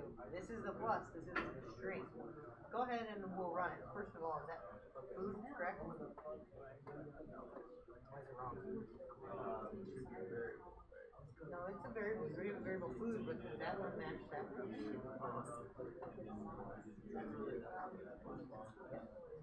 Okay.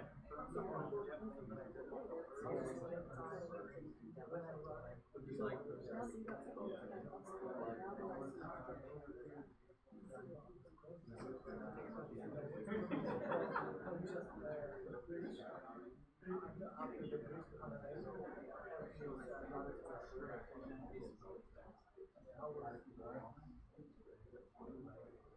That was from coming up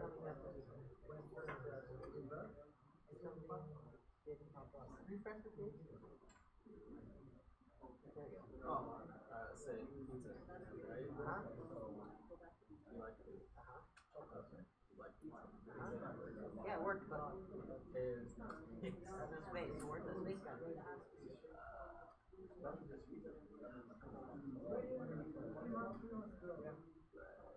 You remember what your output looked like? Why was it right there?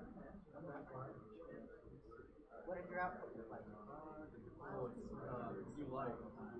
You like the pizza right after the like, right? So where does the space go? Where in if you were writing this here.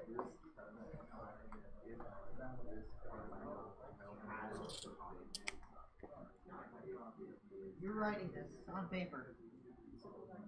This says the value inside. Where do you put the space? Right there? Why don't you do it in your code then? Yes or no is gonna. How can you do it in your code? Put it before the So you have double quote, put it before so like that? Is that That makes sense. Alright, let's try that one. Cool. No, I didn't work. make sure you're saving your refresh your page. Alright.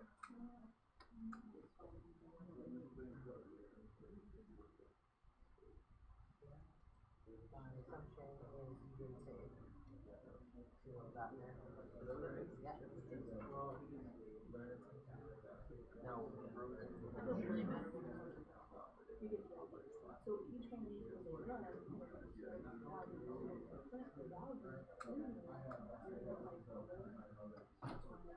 Now alert the OK button. So you know how to confirm. Do you like food? Okay, now you like food. And it's like, okay, you said you like food. It'll come back as true or false. Remember? So you'll just be yeah. Sure.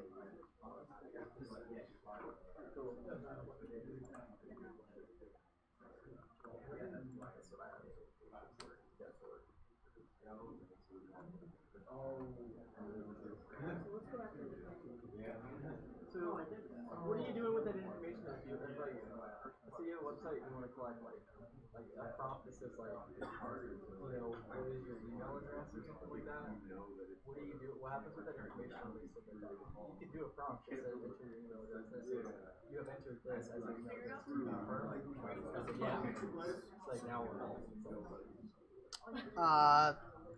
That's a little beyond where we're at, but basically you have that variable, right? It equals their email. You could store that on a server somewhere. Send it to a server, store it on a database. But that's beyond where we're at now, right? So in a few more weeks we'll get there. Goes away, right? Yeah. Yeah, it'll go away. As soon as that's all done, it's gone. Outside, and then depending on the value of the it will generate you understand what it is? Oh, he's got the space question too. The one that we just read. Help him. You know how to fix it. I know. So, alright, so you see where it's at? So, you see where the space is? So I added the issue survey alert, so that way it just kind of. No, not yet. I don't think we're supposed to, but we can. So, but yeah, I did the issue survey just so like have something to go into. I mean, the way you did it is more. And then logs. I did, no, they did that exactly And what you alert. wanted. What was that second? I was trying to get like, trying to get it confirmed that that's there. I think it's.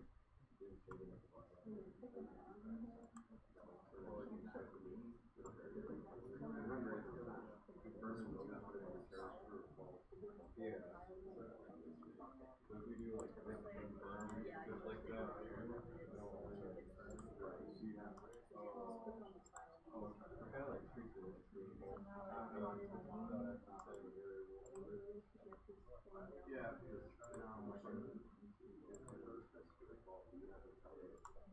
you did.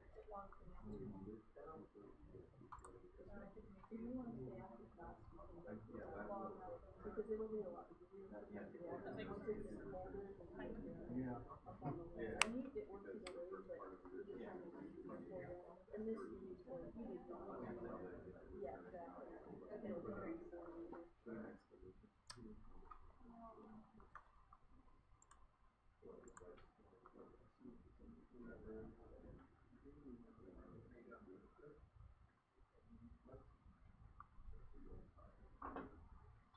How's everyone feeling?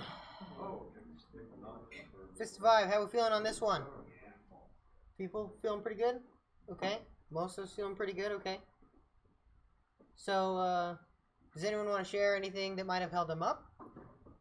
Or might have been confusing? What's up? The space, when it was, Spaces? yeah, when it was filling in your variable on the return file. Okay, so spaces. Yeah, when you were adding strings together, getting those spaces in there properly so it didn't look like one giant word, right? That was kind of tricky. And how did we solve that problem?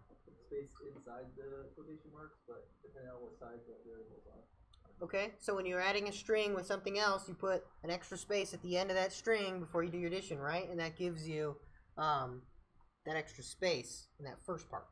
The other thing that Garrett actually asked was, you have two variables that you're adding together. How do you get a space between those two? So how do you solve that problem?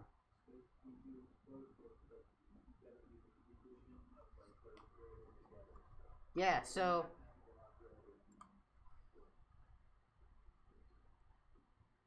let's go ahead and look at an example of both of those, right? So my first name's Carson, and my last name's Howard, right? And I want to alert F name.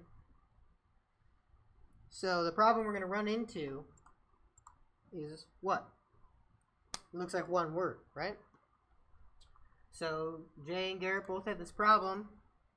Jay didn't have two variables, but he still had the problem. So for Garrett, the response was, why don't we just put a string in the middle that's just a space?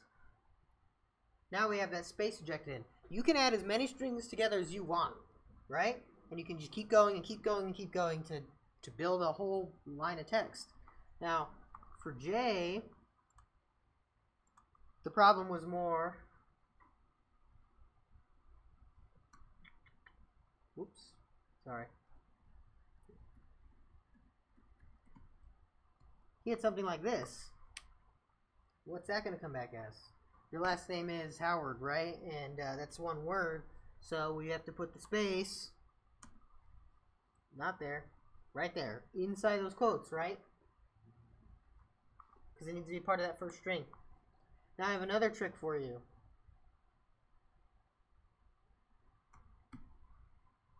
What's going to happen here? It won't work. Why won't it work? Because JavaScript's case sensitive. So something I forgot to go over with variables, and this was awesome to see in the wild, so I could bring it up, was that JavaScript's case sensitive. What does that mean? That means that your variable names, you'll notice I'm refreshing, I'm not getting any prompt. Your variable names, to use them, have to be the same everywhere you use them in terms of casing, right? So capital L name and lowercase l name are two different variables, and what's happening is I'm going to try to do this alert, and it says capital L name doesn't exist, and it explodes. It freaks out, but then as soon as I do that, lowercase, it's fine, right? So those are some little caveats, some little quirks people ran into. All right, now what did we actually have to do this exercise? We needed to do a confirm. Do you like something? And then a prompt. You like, or what kind of blank do you like, right? And then we alerted those things, okay? So first things first, we're going to do our confirm. And do you like sushi? Question mark. My God.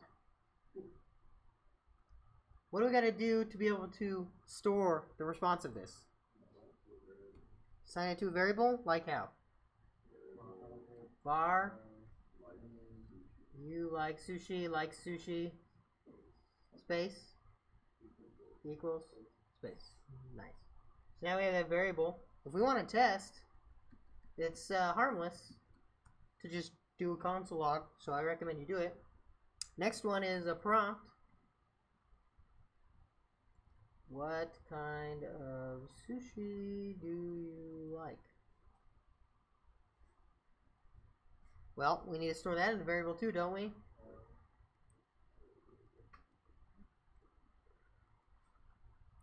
So now we have the variable of that. Let's go ahead and console log it. Kind of sushi, so we can see it. So we can see these things, but the user's not going to be able to see them, so what we want to do is add alerts. Do you like sushi?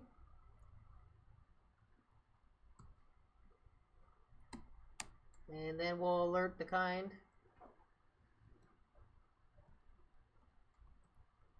Like is.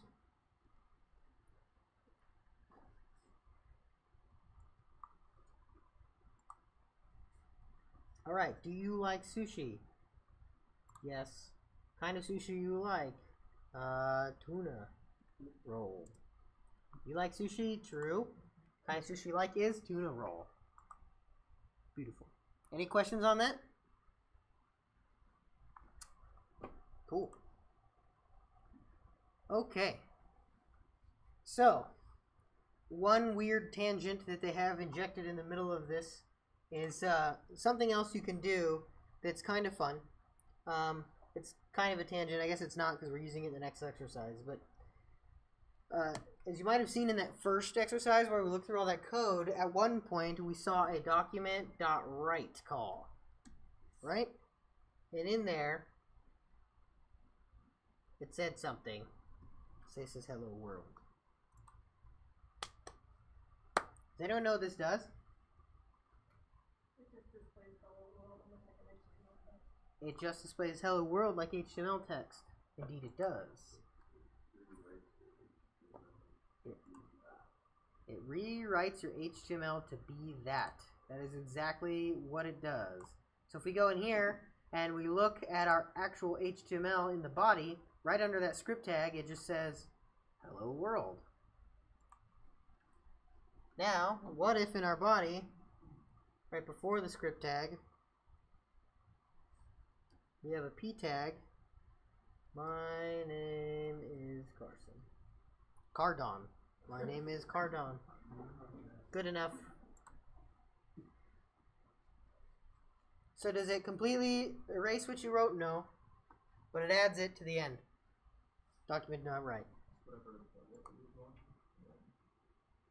What was that?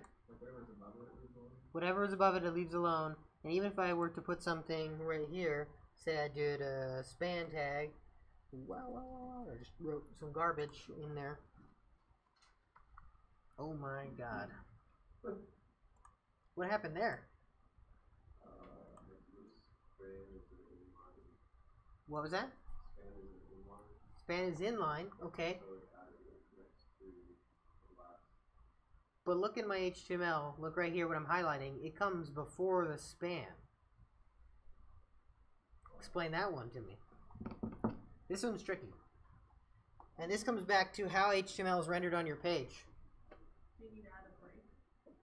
Adding a break would add a break between the hello world and the wow, wow, wow, wow, wow. But it wouldn't change that the hello world comes before the wow, wow, wow, wow, wow. And the reason is HTML is rendered line by line. So it's like, got a head, body. Okay, we're going to render the p tag script. Oh, right, hello world. Okay, now render the span tag, end of body, HTML. Comes in exactly in that order. So as soon as I switch the script tag and I put it underneath the span tag, all is right in the world, right? And it's a span, so that's why they're next to each other, so that was correct. But why the hello world came before the wow, wow, wow is because the script came before the wow, wow, wow. So document write allows you to write anything you want to the DOM, the HTML, right? Anything you want to the HTML. And as soon as you write it, that's when it's there. And the reason why I say this is because we're about to use it in the next exercise. Document.write, like the alert and console log and all that, is a function. Because it has these parentheses that you give it something, in this case a string. It does not return anything though. So like console log and like alert, you don't get anything back. It's not like prompt and confirm where you do, and you can assign it to a variable. Cool? Any questions on document.write? If you wanted to write your full HTML in there, really efficiently. Yeah, you could. It would be pretty wild and it would be super hard to maintain, but you could totally do it. Absolutely. That's a good question, though. So let's see if I do a p tag in here. Right?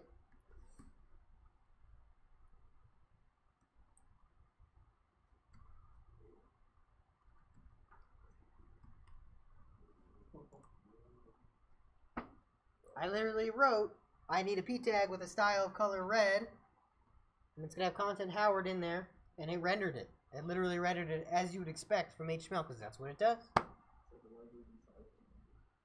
This is why JavaScript starts to get really powerful. We're not even scratching the surface on it, but you can already see how if we had a little bit more flexibility with our JavaScript, such as being able to have logical conditions, right? Say, if something, do this, we can have a responsive kind of page, right? That responds to user input and so on and so forth. So with that in mind, we're going to talk about conditionals. Your if and your else if statement. So I'm just going to open up the slides real quick just to make sure that they don't have anything good in there. Yeah, I love slides. Sure are great. Guess not. Okay. Let's open this bad boy back up. Let's open up our HTML page that we're using as a test. This is the wrong one. I don't want you. This is the one I want. Alright. So, when we were looking at that first little exercise that we had earlier,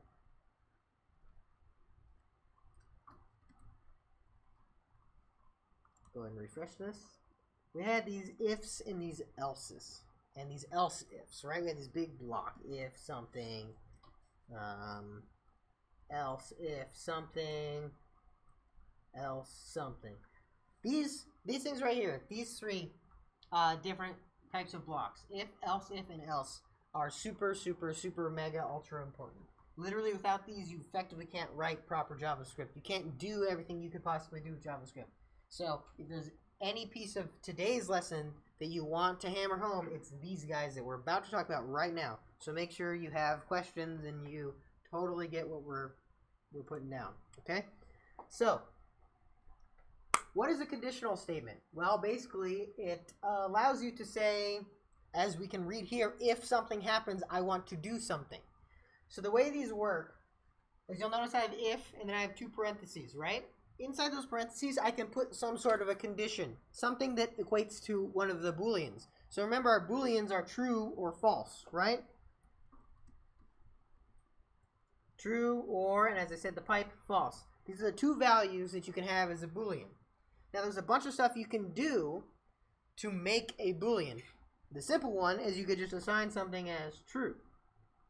And what's going to happen is, inside this if block, if you have a true value, it's going to execute what is in this block. And by execute, I mean it's going to run this code. What it's not going to do is run any of the other code. We are the else if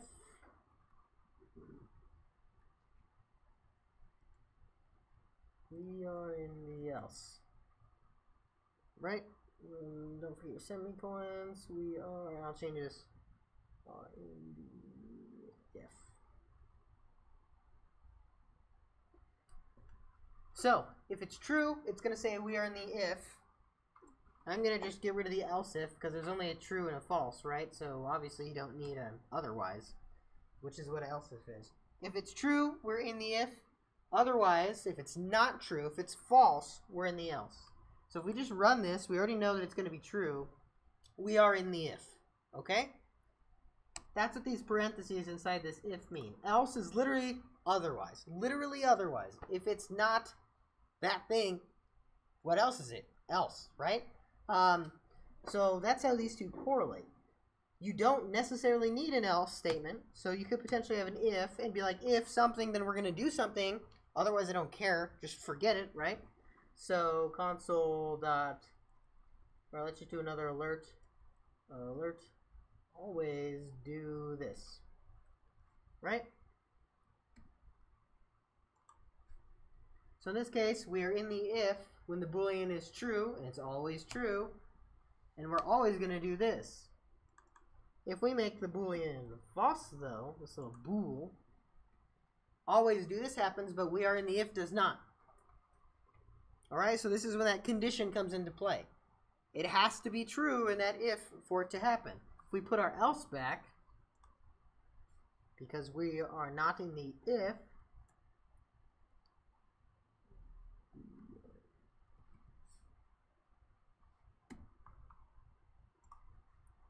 we are in the else, always do this. So how can we apply this to what we've learned so far?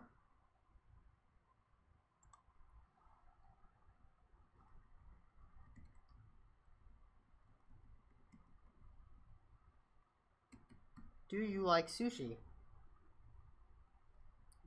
Let's say make this like sushi. If like sushi, then we can say you like sushi. Otherwise, we can say something like you must suck.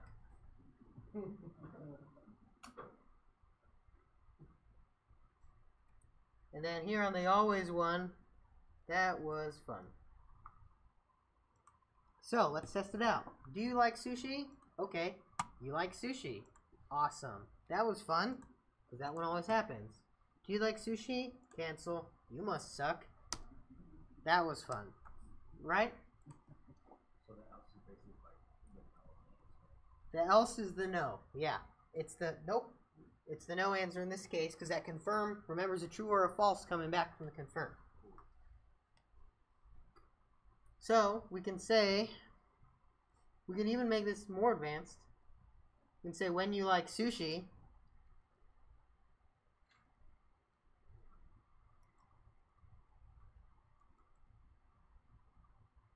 what type of sushi do you like?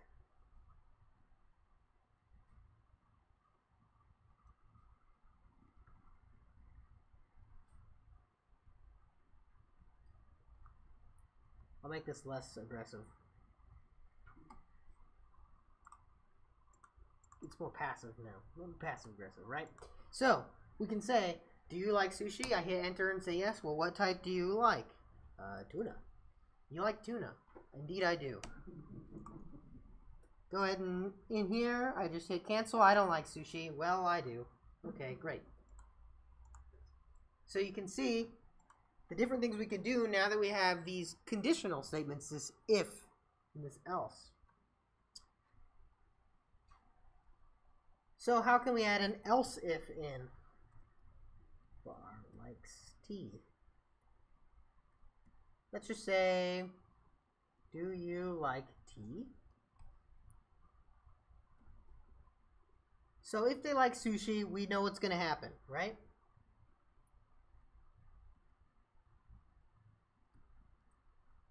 But say they don't like sushi.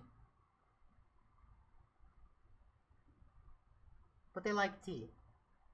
You can say, well, I do not really like tea.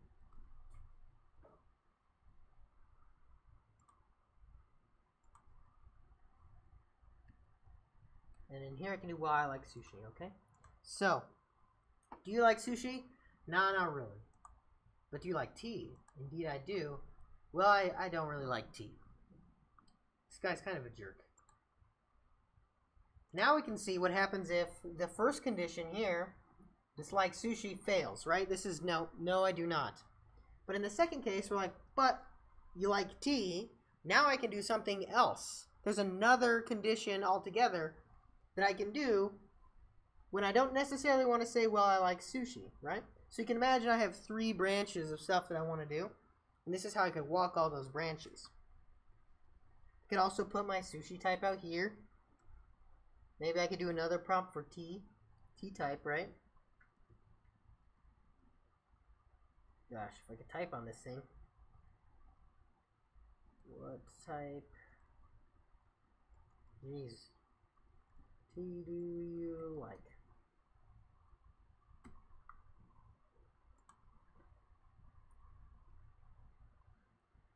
What you like?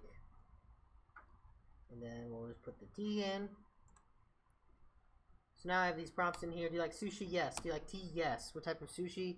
Tuna. What type of tea? Oolong, is that how you spell it? You like tuna. Alright, well I said I like sushi, so it's not gonna do a whole lot there. We know it's gonna do that. But in the rare case that I don't like sushi, oops, I accidentally said yes. Alright, let's refresh this. You like no. Alright. No, I don't like sushi. Do you like tea? Yes. None. Of course. I like a green tea. Well, I do not really like tea, but you like green. And then again, if we want to make it even nicer, we'll go ahead and add the tea there, right? So let's run it again. You see, we don't like sushi. We don't like tea, actually. Well, I like sushi. So that's that third else statement again. We didn't like either of those. Right? We didn't like sushi and we didn't like tea, so it goes into here. When we like sushi, we go in here. When we don't like sushi, but we like tea, we go in here. And when we don't like any of them, we end up here. Now the other thing we can do is we could maybe do a document.write and write something like, you don't like anything, do you? Do yoy. So just again, to reiterate, do you like sushi? Not in this instance. Do you like tea? No. No. No. You don't like anything, do you? No, I guess not.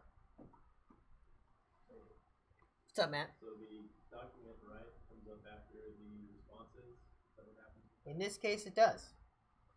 Because you'll notice that the confirms and the prompts are all before that if block. Now, if we go back to the way I originally had it, right?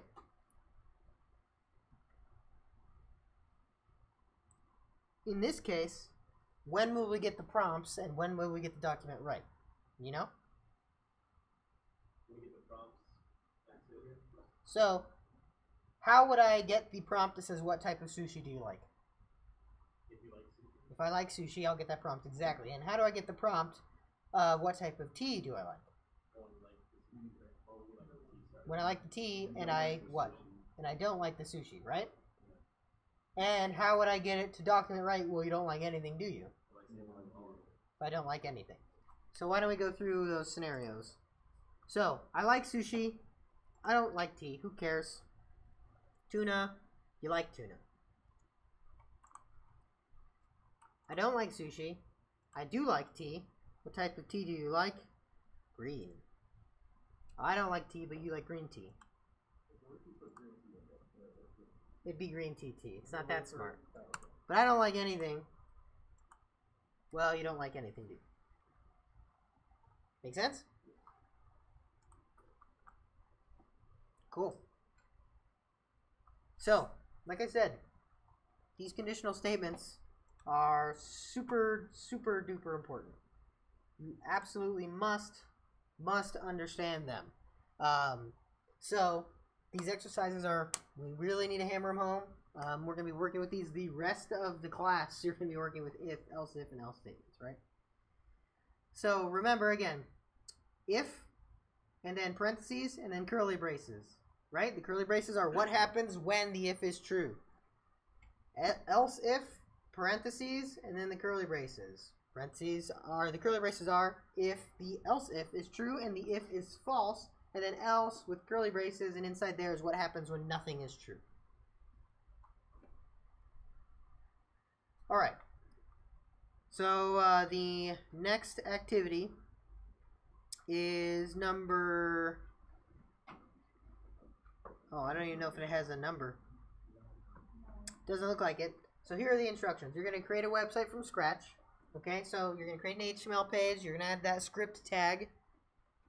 And then you're going to ask the users if they eat steak. If they say yes, you're going to write the following to the page. So document.write. Here's a steak sandwich. If they say no, then you're going to document.write. Here's a tofu stir fry. If you finish that early, ask what the user's birth year is. If they are under 21, alert the following no sake for you, and you'll need to use document.write for last activity. So we didn't necessarily talk about other types of conditionals, like greater than, less than, and anything. So that's why the bonus is a little bit harder.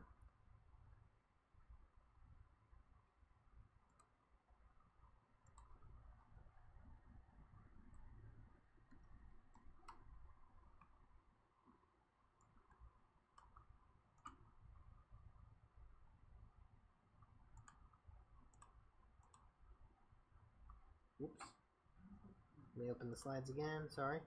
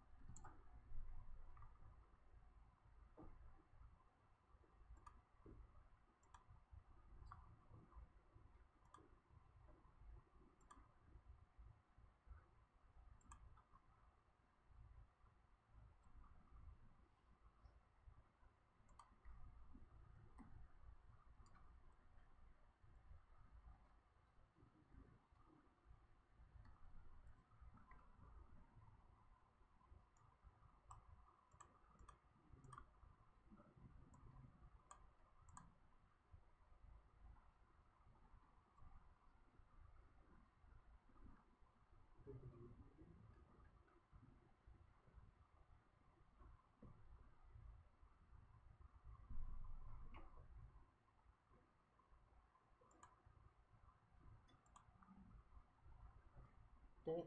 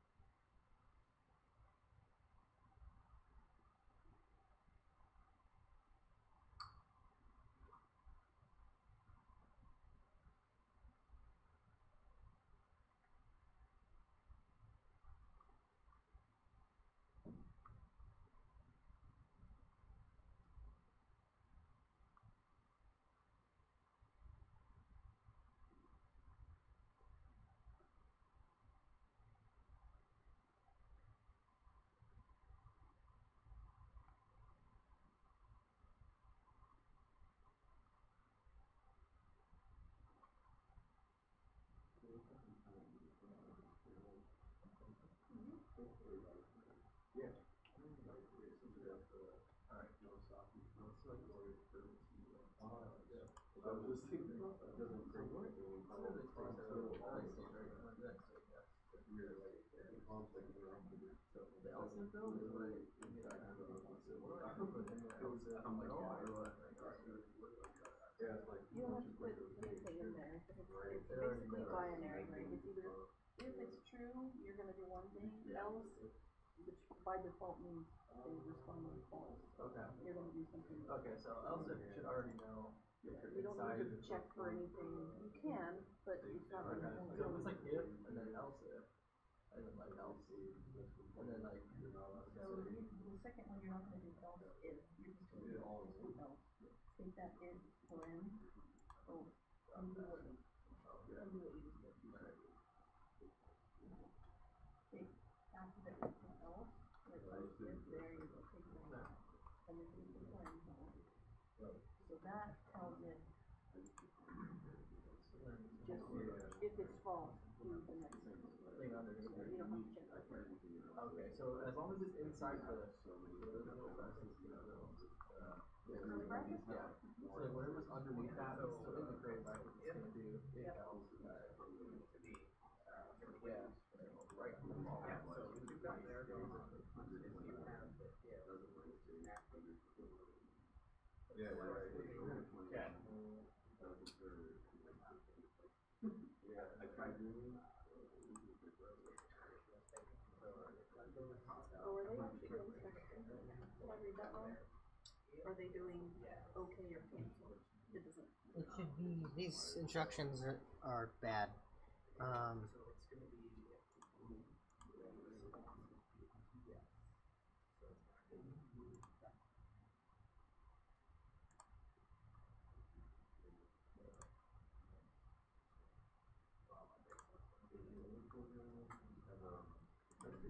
So, here's the thing about this. I don't want anyone to get confused.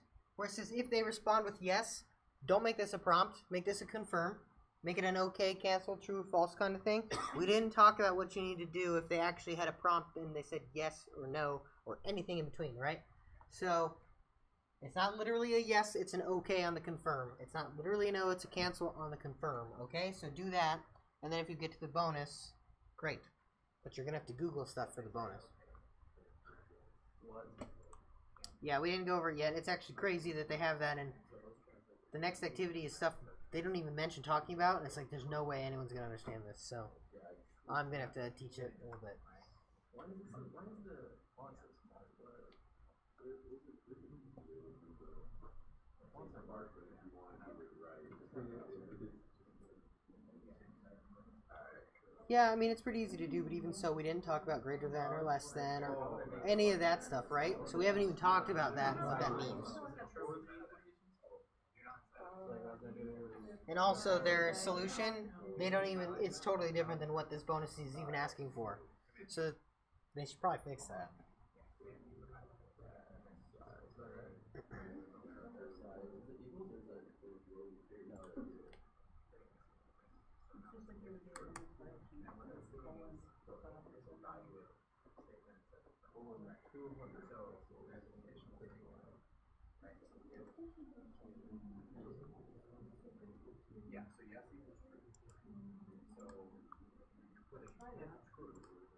It's either gonna start as regular text or not. They just broke the website. Yeah, it's not even.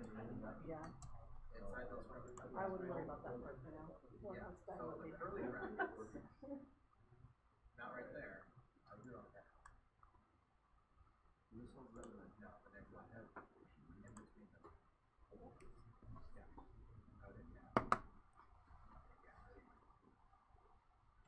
What's the style thing inside the document, right?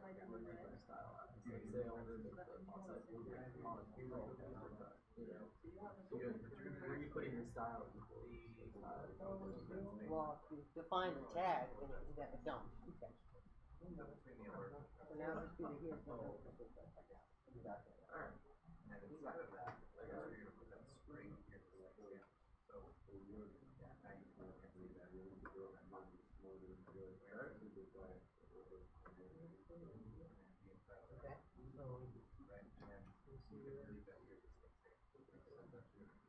So, No, you can define. How would you write a p tag and how would you change the color of the p tag? Well, what I would do right now, I would actually highlight the Do that. Cut it and literally put it in there. highlight that. Oh, snap. So basically. And then And I would command Z. Yep. Just watch your quotes. So, you got the if, and then the else. At the end of the else, there has to be a curly brace. So I want you to set, I want you to put a set of curly braces. Right? Now, in between those curly braces, your cursor.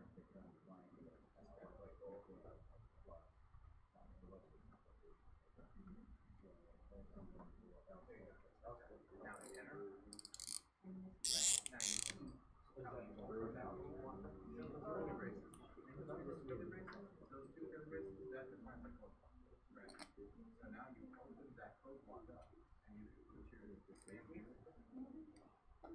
Yeah. See that? So now, the if true, cool. Right? And true. So, what it's going to do is,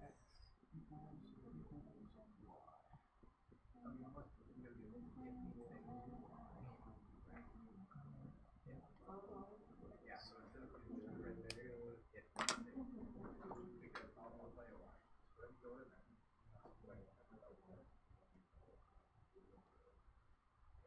What's up, man? What's going to happen is when JavaScript runs, we're going to see that and say, here's a run and it's going to pull and it's going to pull this variable up here.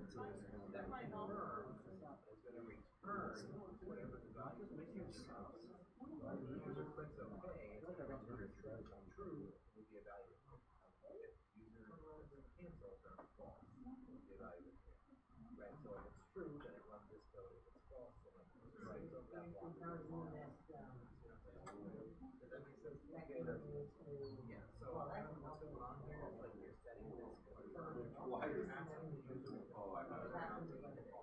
If they do, and the confirmation to go. So I'm just trying to go like, yes. Just for something else.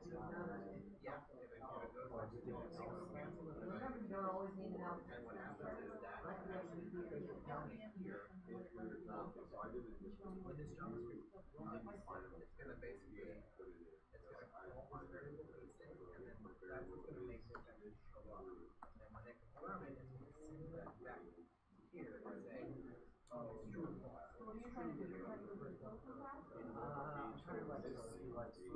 What's up, Heather? So I got the first part going fine. That's where I'm going. Yeah, so that's actually yeah. You can actually write more code after that. After that else block. So It's an else block, right? It's actually To ask another question, keep on track. You don't actually need to worry about writing or anything. You're writing interacting with there, so see how you have this one, right? Yeah, you can keep writing the other. So you can do another prompt. Yeah, and so I tried that. There's a bunch of code written elsewhere that you are actually that you're actually calling when you use that. That's what I'm saying. Oh, I see. Stop prompt.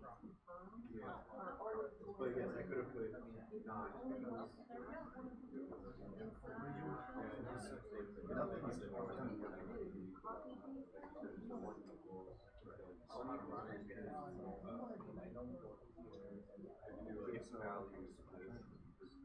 okay, yeah. So you're running off dash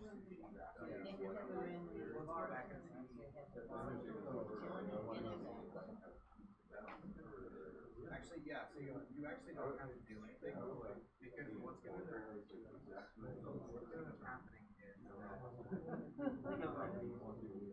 No, I think what you had is correct. what do you mean? Because what you're doing here is you're actually no matter what. Right? that? Okay, so you can actually run this file from the command line, but right now, we haven't gotten that far. Oh, These four lines are gonna execute no matter what, because they're not part of the system. yeah, so let's open the browser. So, if you're, what you're trying to do is say, you open the browser, then ask them to find the state, you don't And the need reason to why combine it's running that it. code is now you go back to your. Right, cause you only wanna ask that question if they Yeah, ask so you what's to take happening that here on a state, then you is don't that care what right kind of here. state they like. One is using it. So I would Oh, I use need that. to get. Right, so you don't actually have to call an if statement, and just writing an if statement call. Well, Now, If you just do if this, otherwise it's leaving us. So what's the so too, if they don't like the state. Or we can use a. There's a if statement. So, well, the other thing I would change based on what you described, is you can do it in the, I would take out that line. The else you have parentheses.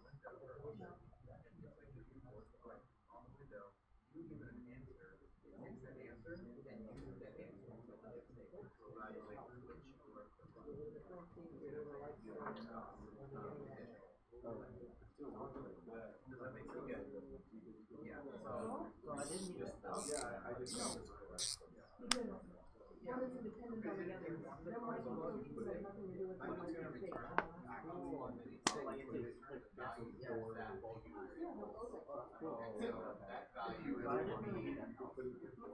All right, we're gonna talk about this one. This one seemed to hold people up a little bit more. We're getting into the meat of JavaScript now, so it's gonna get harder.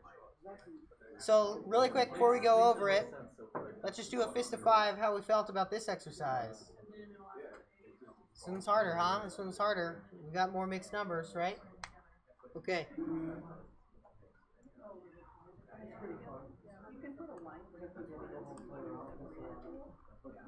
Yeah, this is an exercise I would recommend you do again. Do it again at home from scratch. Okay. So there's parts to this that we didn't even talk about. The bonus, we never even talked about it. And we're going to talk about it before we move on. But for the first part, we wanted to know if the person eats steak, right? So if we just go ahead and refresh this, do you eat steak? We hit OK. So that's like our yes. And then this is the bonus. So just don't worry about the bonus. So here's the steak. I'm going to comment out the bonus really quick.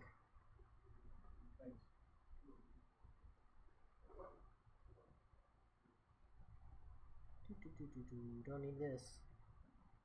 Oh my word. Come on.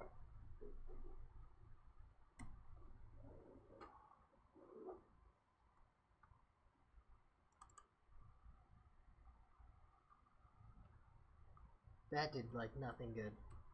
My god. Alright, well, ignore that. We'll just cut it. Wow, great. That was easy. Alright. So, do you eat steak? The answer is yes. We're going to write, here's a steak. Do you eat steak? No. Here's tofu stir fry, right? So remember, when the confirm happens and you hit OK, this becomes true. If true, then write here's a steak. Otherwise, right here's our tofu stir fry. So a couple things to note. One, there's no else if. What are we else ifing? There's nothing to else if, right? There's no intermediary step. It's just if we eat a steak or we don't, right? So there's two choices, and when you have two choices, you do this or you don't. It's just an if and an else. Now, another important thing about the else, unlike the else if, it does not have parentheses. There are no parentheses. It's just the, literally, I guess the other one didn't work, option, right? So it defaults to just being true if the other one's not. So in this case, when eat steak comes in as false, this just, it has to be true. Literally, there's no other value it can be. It's either a true or false decision, right? So this one has to be true, so there's no reason to put parentheses, and it's literally invalid in the language to do that. So a lot of people ran into that too. They were thinking, oh, well, with the else, we have to check for the other condition, right? No, you don't. You actually don't. So let's go ahead and put back our bonus and look at that and talk about it a little bit. Any questions on this first segment? Did anyone get stuck on anything in particular they want to ask about, talk about? I know one thing kind of weird is like when the prompts come up, the page doesn't load. Right, the prompts come up before the page rewrites and stuff. It's just the timing of JavaScript. It's because of the prompts and all that, like it executes all of this code before it writes, I'm assuming. So it executes it all, and then it runs all the document writes at the very end and does what it needs to do. Now, they'll still happen in order. So you'll still see the first one, then the second one, third one, if you had like several of them. But yeah, you're right. It doesn't reload in between the prompts. Yeah. Yep. That's exactly what it does. That's a good question. Thanks, Peyton. All right. So the bonus part was prompt what year the person was born. And if they're over 21, they can have some sake. If they're less than 21, then they can't. And in this case, they actually split it into an if-else-if-else. So if you're greater than 1995, so if you're older than 21, that's 23 now. So this is an old exercise, right? So is it 1997? If you are older or were born before 1997, then you can go ahead and have some sake. If you weren't, if you were born after 1997, then you can't have any sake. And if you were born in 1997, we'll go ahead and say, well, you still get some sake. Barely. You're just 21, right? So that's how they split it into several cases. But the thing is, we never discussed this little operator right here. This less than. This greater than, right? So really quick, before we dive into this a little bit more, there are several operators that you can use in JavaScript and in very many programming languages to do Boolean checks. So there's the greater than and the less than. So if x is greater than y. So in this scenario, if x is 10 and y is 5, what is our Boolean value going to be? This is going to be true. The opposite is the case. If this is 5 and that's 15, what is our Boolean value going to be? False, because x is not greater than y. Make sense? It's kind of some mathy stuff here, right? The opposite here, if x is 5 and y is 15, is x less than y? It is, yeah. So the answer is going to be true. If x is 25 and y is 15, what is our response going to be? False.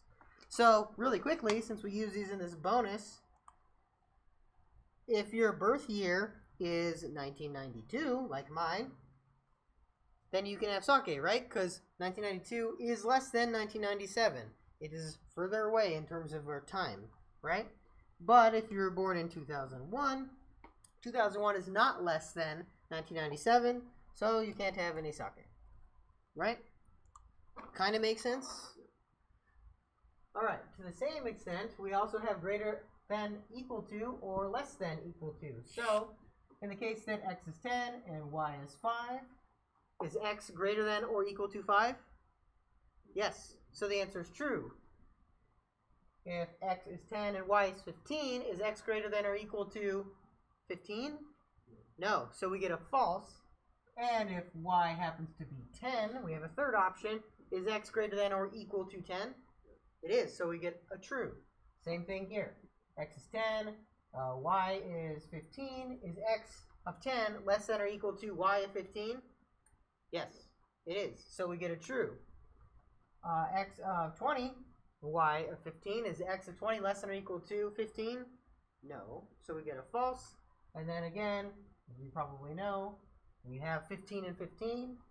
15 is less than or equal to 15, so we get a true. These are like the math-like operators. Make sense? Cool. Now we have three other exciting ones. Okay? These ones are not math-like. They kind of are, I guess. So there's equals equals, two equal signs next to each other, which we haven't seen in code yet, but I'll show you. It'd be something like if true equals equals true, right? Else if true equals equals equals true, and then else. So I think we kind of get the math, but we'll come back to this one. This one I'm really interested in talking to you guys about, so let me move this. All right, so equals equals, kind of how it sounds. Does x equal the same thing as y? So in the case that x is 10 and y is 10, what is our response? True. In the case that x is 10 and y is 11, what is it? Okay. In the case that x is 10 and y is true, what is it? It's true? It's false. They're not the same thing. A true and a 10 number and a Boolean, they are not the same thing. So this is when we get into weird stuff. And you can actually do that with these. I could do if x is true and y is 15. Actually, the answer here is true. That's a weird one. But anyway, if x is 10 and y is true, they're not the same thing. So you get a false. If x is 10, you know, and y is 10, what's the answer? It's true, it's false. This one is 10 is a string. You're ahead of the game. Quiet. Yes, this one's actually true. So, this is a weird one because this is not the case in other languages. But JavaScript has double equals and triple equals. Now, the real question is this one also true? That one's false. So, the double equals basically says, I have two things. I don't really give a shit what they are, okay? I have a 10 on this side. This one, I guess it's a 10. It's a string 10, but I can turn it into a 10, right? That's pretty easy. They're the same thing. This one says this is a number 10 and that's a string 10. They are not the same thing. This one does something magical, which is it can magically transform values to other values and it tries to make them the same as best as it possibly can. This one is very strict. This is the strict equals. This is one you always want to use. You don't want to use this one because 10 and string 10 are not the same thing according to us people, right? But these two, this one will tell us that. This one will tell us absolutely 10 and string 10 are not the same. This one will say, well, I guess they are. So this one can cause bugs in your code. This one will tell you the truth. I know that's confusing. And I know this is confusing, why this is true as well. That's because true equals 1. But that's an aside. Do these two kind of make sense, though? I know they don't, but the important thing is, if you use a triple equals, you'll get what you expect, which is this number 10 has to equal a number 10, not a string or some other. Like if I had... You can't multiply oranges by 10, right? I mean, well, I guess you could, but, you know. So if this is 1 and this is true, this is going to say that they are not the same thing. Whereas if this one is 1 and this is true, this is going to be like, yeah, sure, great, awesome. On the contrary, if this is false and 0, this one's like, great, they're the same damn thing. And this one's like 0 and false. I don't know what you're talking about. Why would you try to compare those two things, right? So this is the bad boy you want to use, triple equals. In this case, right here in the example I have, if true, double equals true, yeah, absolutely, they're going to be the same thing because they literally are the same thing. But this case will also pass right there, which is not what we want. Sometimes. This case, the second else if there won't pass. It'll give us a false. Now the very last operator, exclamation point something. Exclamation point something means flip it in terms of a Boolean. So if I put exclamation point true, what it actually ends up being is false. If I put exclamation point false, what it ends up being is true. That's all it is. If you see the exclamation point, it means reverse it. So if I wanted to do another else if here,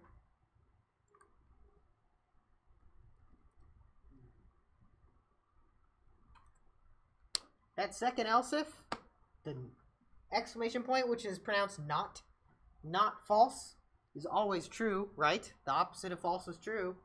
So it'll always pass. Why would you just write true? Because I'm showing you an example. You wouldn't. You wouldn't ever, and you would also never put if true, because it's always going to pass, right? What's the point of that? You might as well just write your code. Right? So, there's a lot of other conditionals that this lesson, for some reason, isn't focusing on, because there's something else we need to talk about for the end of class. but I want you to know that there's a lot to conditionals, and they're very, very powerful. Now, what's interesting is if we look down here, the less than, this prompt, if we remember, is actually returning a string, right? So if I say I was born in 1992, it's a string. And it's going to say string 1992 less than 1997. This is one of those weak things where it's like, I guess 1992 is a number also. I can make it a number, so I'll compare it to 1997 and we're good to go, right? And it's fine. Same with the greater than. It's like, well, if I put in 2000, well, I guess 2000, even though we have the string version of 2000, I guess it's, you know, it can be a number. So I'll turn it into one and compare them, and voila, we have two numbers, and it'll say, yeah, 2000 is greater than 1997, of course. And no sake for you will appear. And then the else is just whatever, otherwise, right? So there's actually an activity we're supposed to do with this, and we're not going to do it together because we're going to run out of time, but maybe we'll come back to it if we have time at the end of class. But we're going to Slack it out to you at the end of class. I want everyone to try to do it at home, and I want everyone to try to understand these operators a little bit more, because you're going to use them all a lot. A lot. And so it's crazy to me that they're not covering them in this one, but maybe the next lesson they do. And we'll make sure that we all understand these. So, before I move on, any questions on any of these operators and how they work? Because they are confusing, especially these guys, right? They are wacky. Now, in any other, this is where people start to get into the whole I hate JavaScript thing, because that makes literally no sense. And that was a huge oversight by JavaScript. This guy who wrote it's like, I need to write a language really, really fast. I need to write a dynamic language, and I'm just going to make it easy. He's like, wow, that's really easy, great. And then everyone started using it, and they're like, wow, this literally sucks, because I have so many bugs that occur, because 0 and false are not the same thing, and I was expecting to add a bunch of numbers together, and I got a false, and then it technically works because it's JavaScript, right? But again, that's another problem with JavaScript. Like, things are really weird and ambiguous, and you can kind of do whatever you want. It's just really wacky deep down. So it's important to understand what all these mean, when you want to use them, why, and why you want to use the triple equals, stuff like that. So for now, my advice to you is use the triple equals. It's even more confusing because we talked about this value null, right? It comes in sometimes. Well, there's another one in JavaScript called undefined. And these are super fun because null and undefined don't equal each other. So if you do a triple equals, they fail. If you do a double equals, they're like, sure, I guess they're both nothing. But then you can do like triple equals of nulls, and then they're like, no, they don't equal the same. It gets really wacky, but we're not there yet, so that's good. People really hate that, and they like go crazy and want to kill people because of it. It's insane. JavaScript's just a weird language in this regard. It's super easy to get started. But when you get to the weird idiosyncrasies, it's kind of nasty. Anyway, we got to move on. I understand we probably don't have a super good understanding of these conditionals yet, but we'll Slack out this activity. We'll Slack out the solution for everyone too, so you can look at both. I would recommend you actually go through the activity. And this is the if-else number 2. So we'll just Slack that one out so that everyone can go back and do it if they'd like. Yeah. You can Slack out the activity now, and we'll Slack out the solution tomorrow or something. I'll Slack it out tomorrow or something so that people can look at it. But we're going to move on here in a moment. Does anyone have any questions on that stuff really quick? I know people do, because it doesn't make any sense. Yeah, Matt? Why would we ever, I guess, what scenario would we ever use a triple equals so it's double equals? Just to understand why would we ever want to use it? Why would we ever want to use these? Yeah. That's a good question. So say I have this prompt, okay? And say I wanted to make sure that the prompt came in as 1997. I can actually do a triple equals and say, does it equal 1997? Exactly. Now, this will actually fail because, like I said, the prompt comes in as a string, so you'll never get it, but this will pass. So if we go ahead and run this really quick, since that's easy to do.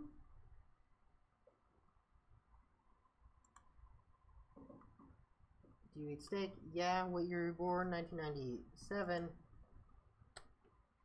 So technically this sake did not pass, right? Because it's not the same thing.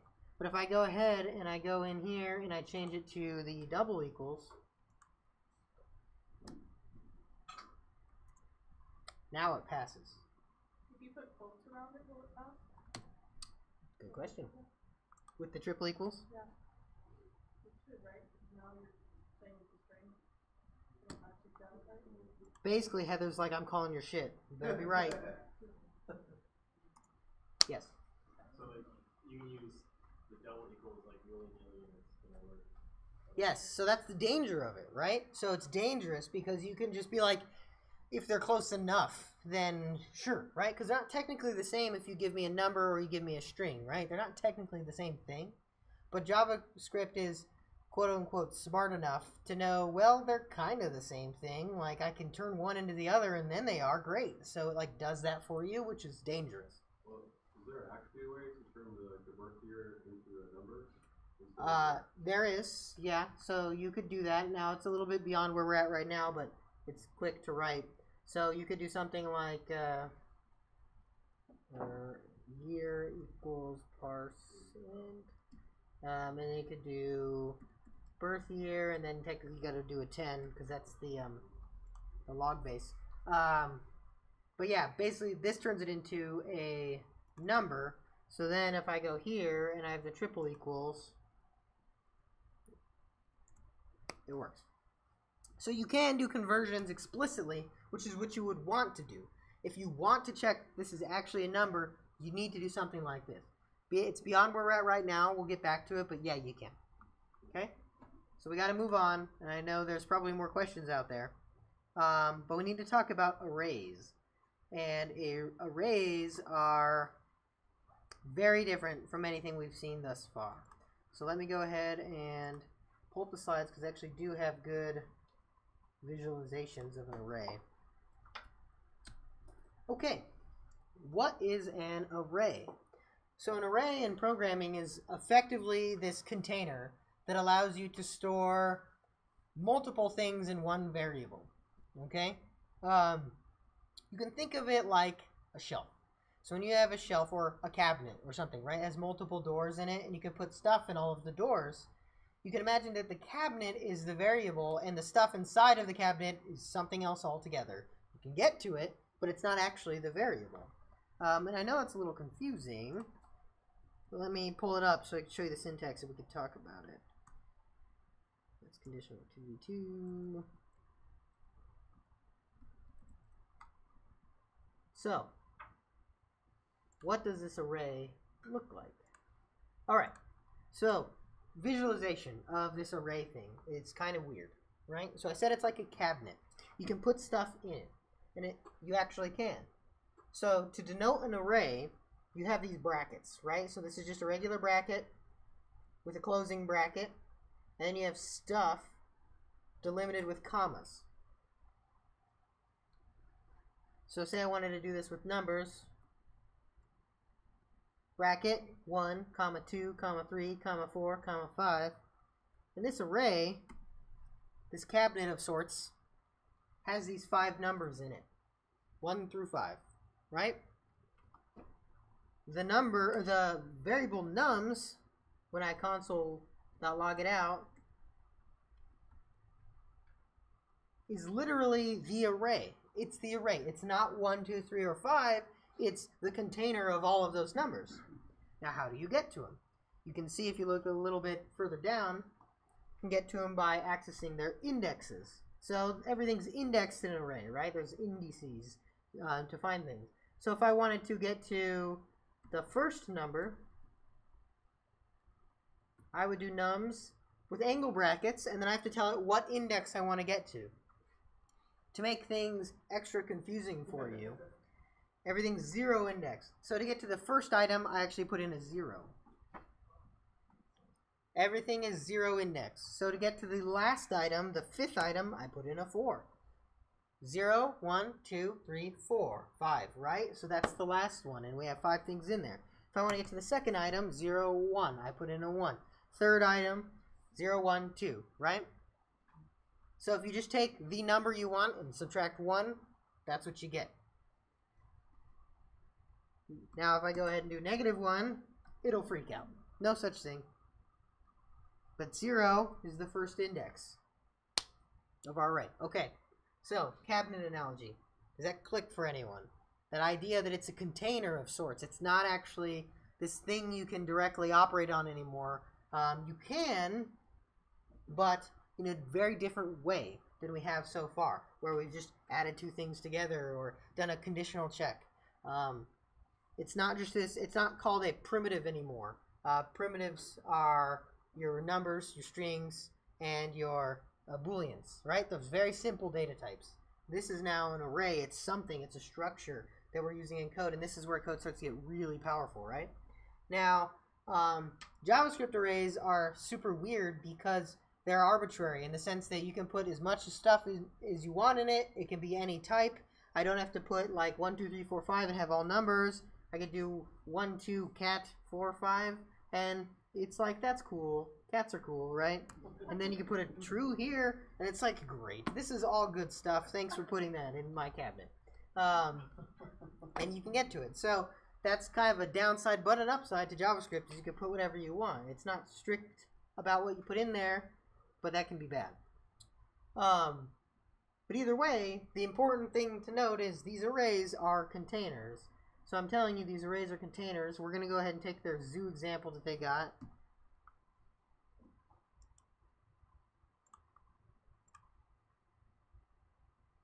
I don't know if that actually opened it.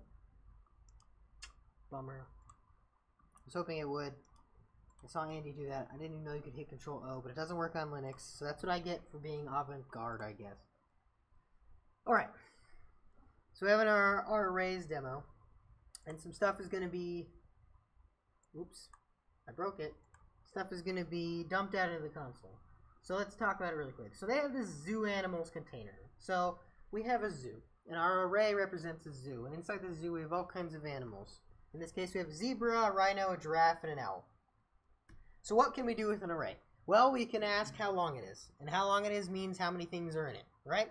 Simply put, like I said before, you have indices. 0 through whatever the last number is, subtracted by 1, right? So in this case, we have 4 animals. So the length of the array is going to be 4. If we want to print out the animals, if we print out zoo animals number 1, what are we going to get here? Rhino?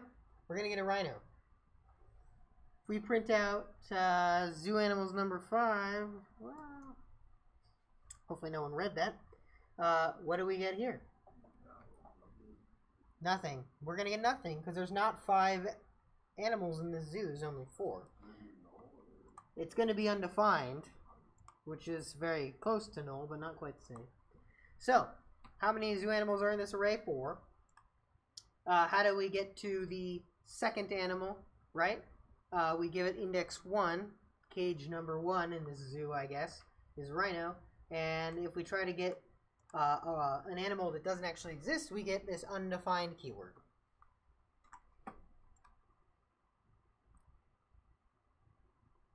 Alright, so let's see if they've got anything else good here. So here's kind of that visualization again of the zoo animals in their pens inside of the zoo, right? Or a cabinet or whatever you want to visualize it as. Just pick something that makes sense to you, right? We have the zebra, the rhino, the giraffe, and the owl.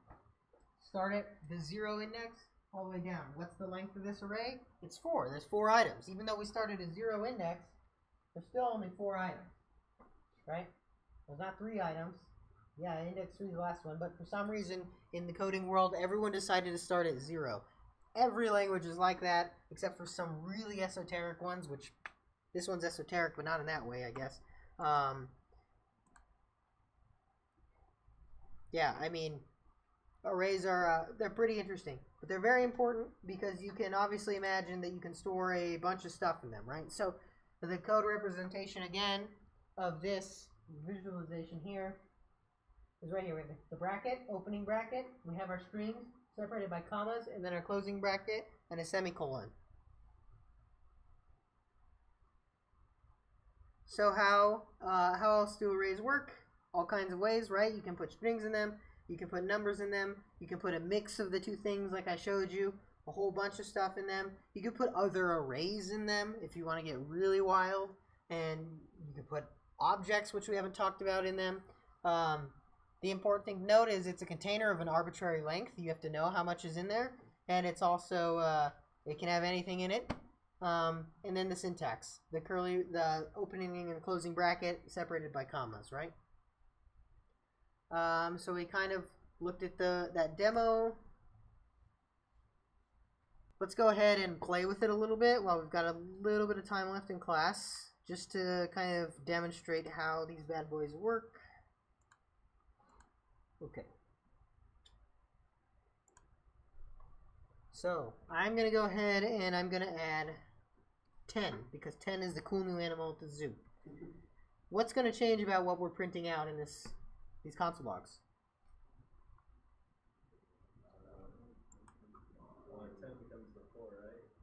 Index 4 becomes 10. So undefined isn't going to print anymore, is it? Yep, it prints 10. Nice. So let's say I want to... What if I want to console log the zebra? What do I got to do? Console log, right? Zoo animal index 0.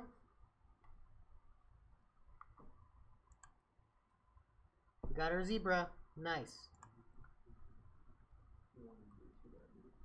What was that? What if I want to do the zebra and the rhino? Well, I technically did. That's a good question.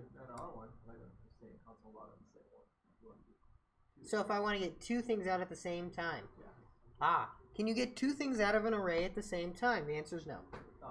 You can't. So if you wanted to do that, we kind of are, right? We're already getting the rhino out over here. We just have to get them one after another. So that's a good question. You can't get multiple things out of an array at the same time. Now I could, if I had another array here. So we're getting our zebra out. I'm actually going to put an array in my array and be extra confusing. And this happens a lot though. This is like there are some data structures that look like this. You have to use them. And now my console log on index 0 is an array. Literally, it even says array. It gives you a bunch of stuff in the console. And it has a zebra and a rhino. And it tells you at index 0 there's a zebra, and at index 1 there's a rhino. Now, what if I console log the zoo animals out?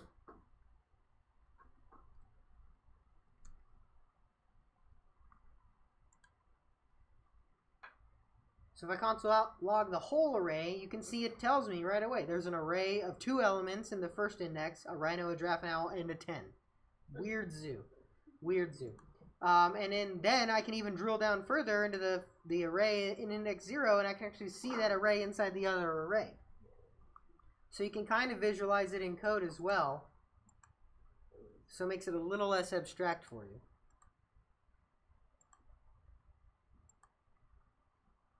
Now, any questions on this basic, like accessing an array, visualizing an array, what is an array, why is it called an array? I don't know the answer to that. It's an array of stuff, I guess. They're also called lists in JavaScript too, so a lot of times you'll see people say, oh, you have a list of something. Lists and arrays are technically different things in programming, however in JavaScript they're the same. Now the key difference is, an array in any other programming language has a fixed number of elements. So when I create an array in another language, I have to say it has 4 things and that's it. When I create a list, it has however many it wants. In JavaScript, you never say I have an array of so many elements. It's just there, and you can add more elements on the fly. So that's another cool thing about it. There's no restriction. So if I want to add another animal after the fact, I can use this cool push function and add an alligator. And then if I console.log zoo animals, you'll see I have a second one, right? Now there's an alligator in it. Say I really hate that alligator. Kills one of my guys. Terrible. I can do zooanimals.pop. Actually, this isn't gonna... Say I really hate that crazy array animal. He's horrible. Killed one of my guys. I could use pop. Oh no, it did take the gator off. I'm totally wrong. I forgot what pop did, I guess. Yeah, the alligator kills someone, so we're like, hey, we need more animals. This is really cool. We're going to go ahead and push an alligator into our zoo somehow. It's great. It eats one of the guards or something, eats a guest. Someone jumps into the pen, and we're like, well, I guess we can't have that liability. So we pop it out of the zoo, and voila, no more gator inside of our zoo. So don't worry about the push and pop too much right now. You don't really got to understand them. The important thing to show you here was that you can add stuff and remove stuff from arrays later. You don't got to have everything you expect in the array when you create it. You can change them. They're, they're malleable to a degree. So, arrays. Any questions on arrays? So there's a couple of things. You going to say something else? Are these often used? Yes, arrays are used all the time. You're going to use arrays all over. They're about as important as your conditional logic. So getting used to them sucks because they're very confusing. But with the conditional logic too, I mean, you're going to need it. And there's going to be times where we're going to use them together to do things. A very common conditional check would be something like if zooanimals.length is greater than some arbitrary number, then do something, right? That happens all the time with arrays, and they're very important for very many reasons.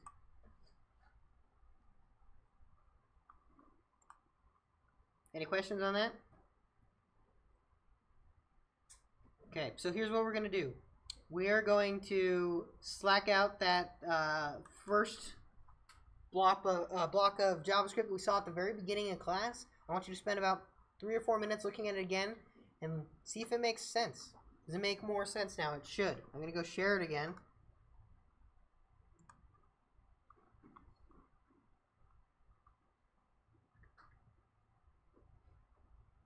I'm going to share it.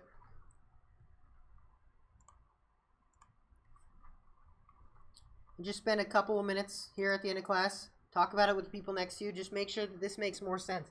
Everything that's in here, we have seen today. We even saw the parsent thing because Peyton asked about it. So we've seen it. Do you need to be an expert on it now? No, you don't. But we've seen it, so you should have a much better idea of how this stuff works. If there's something in this file that you don't understand, ask that question now. Or ask a question to the person next to you. Just discuss it. Discuss it for like the next 5 minutes. That's all I ask.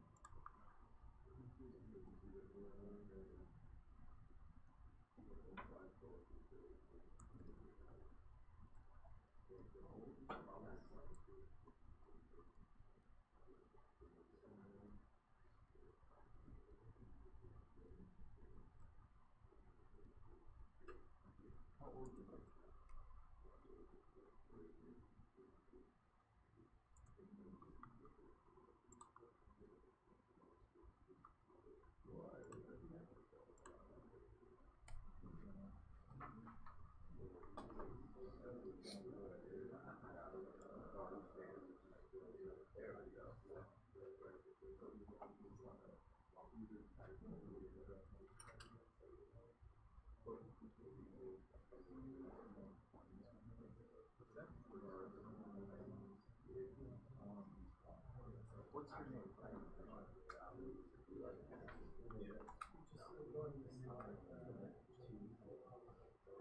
Oh, it's the Exclamation mark equals equals.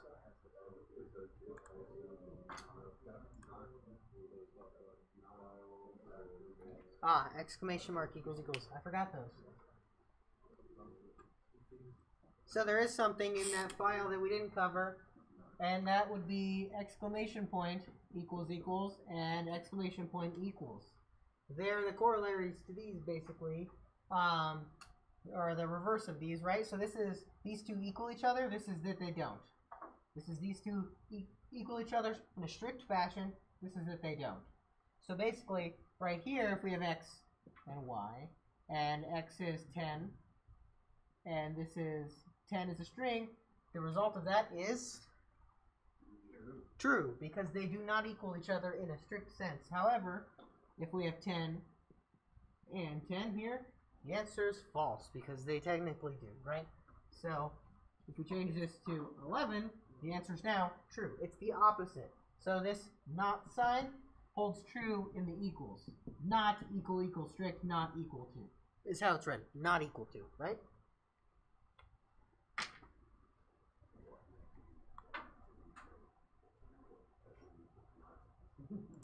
Alright, so there's another activity in the GitLab repo, number 13, that is like an extra challenge activity. If you want to get more exposure to this before Wednesday, which I highly recommend, try to do that activity. Otherwise, go through the last couple of these activities because they were the most difficult and try to get a hold of those.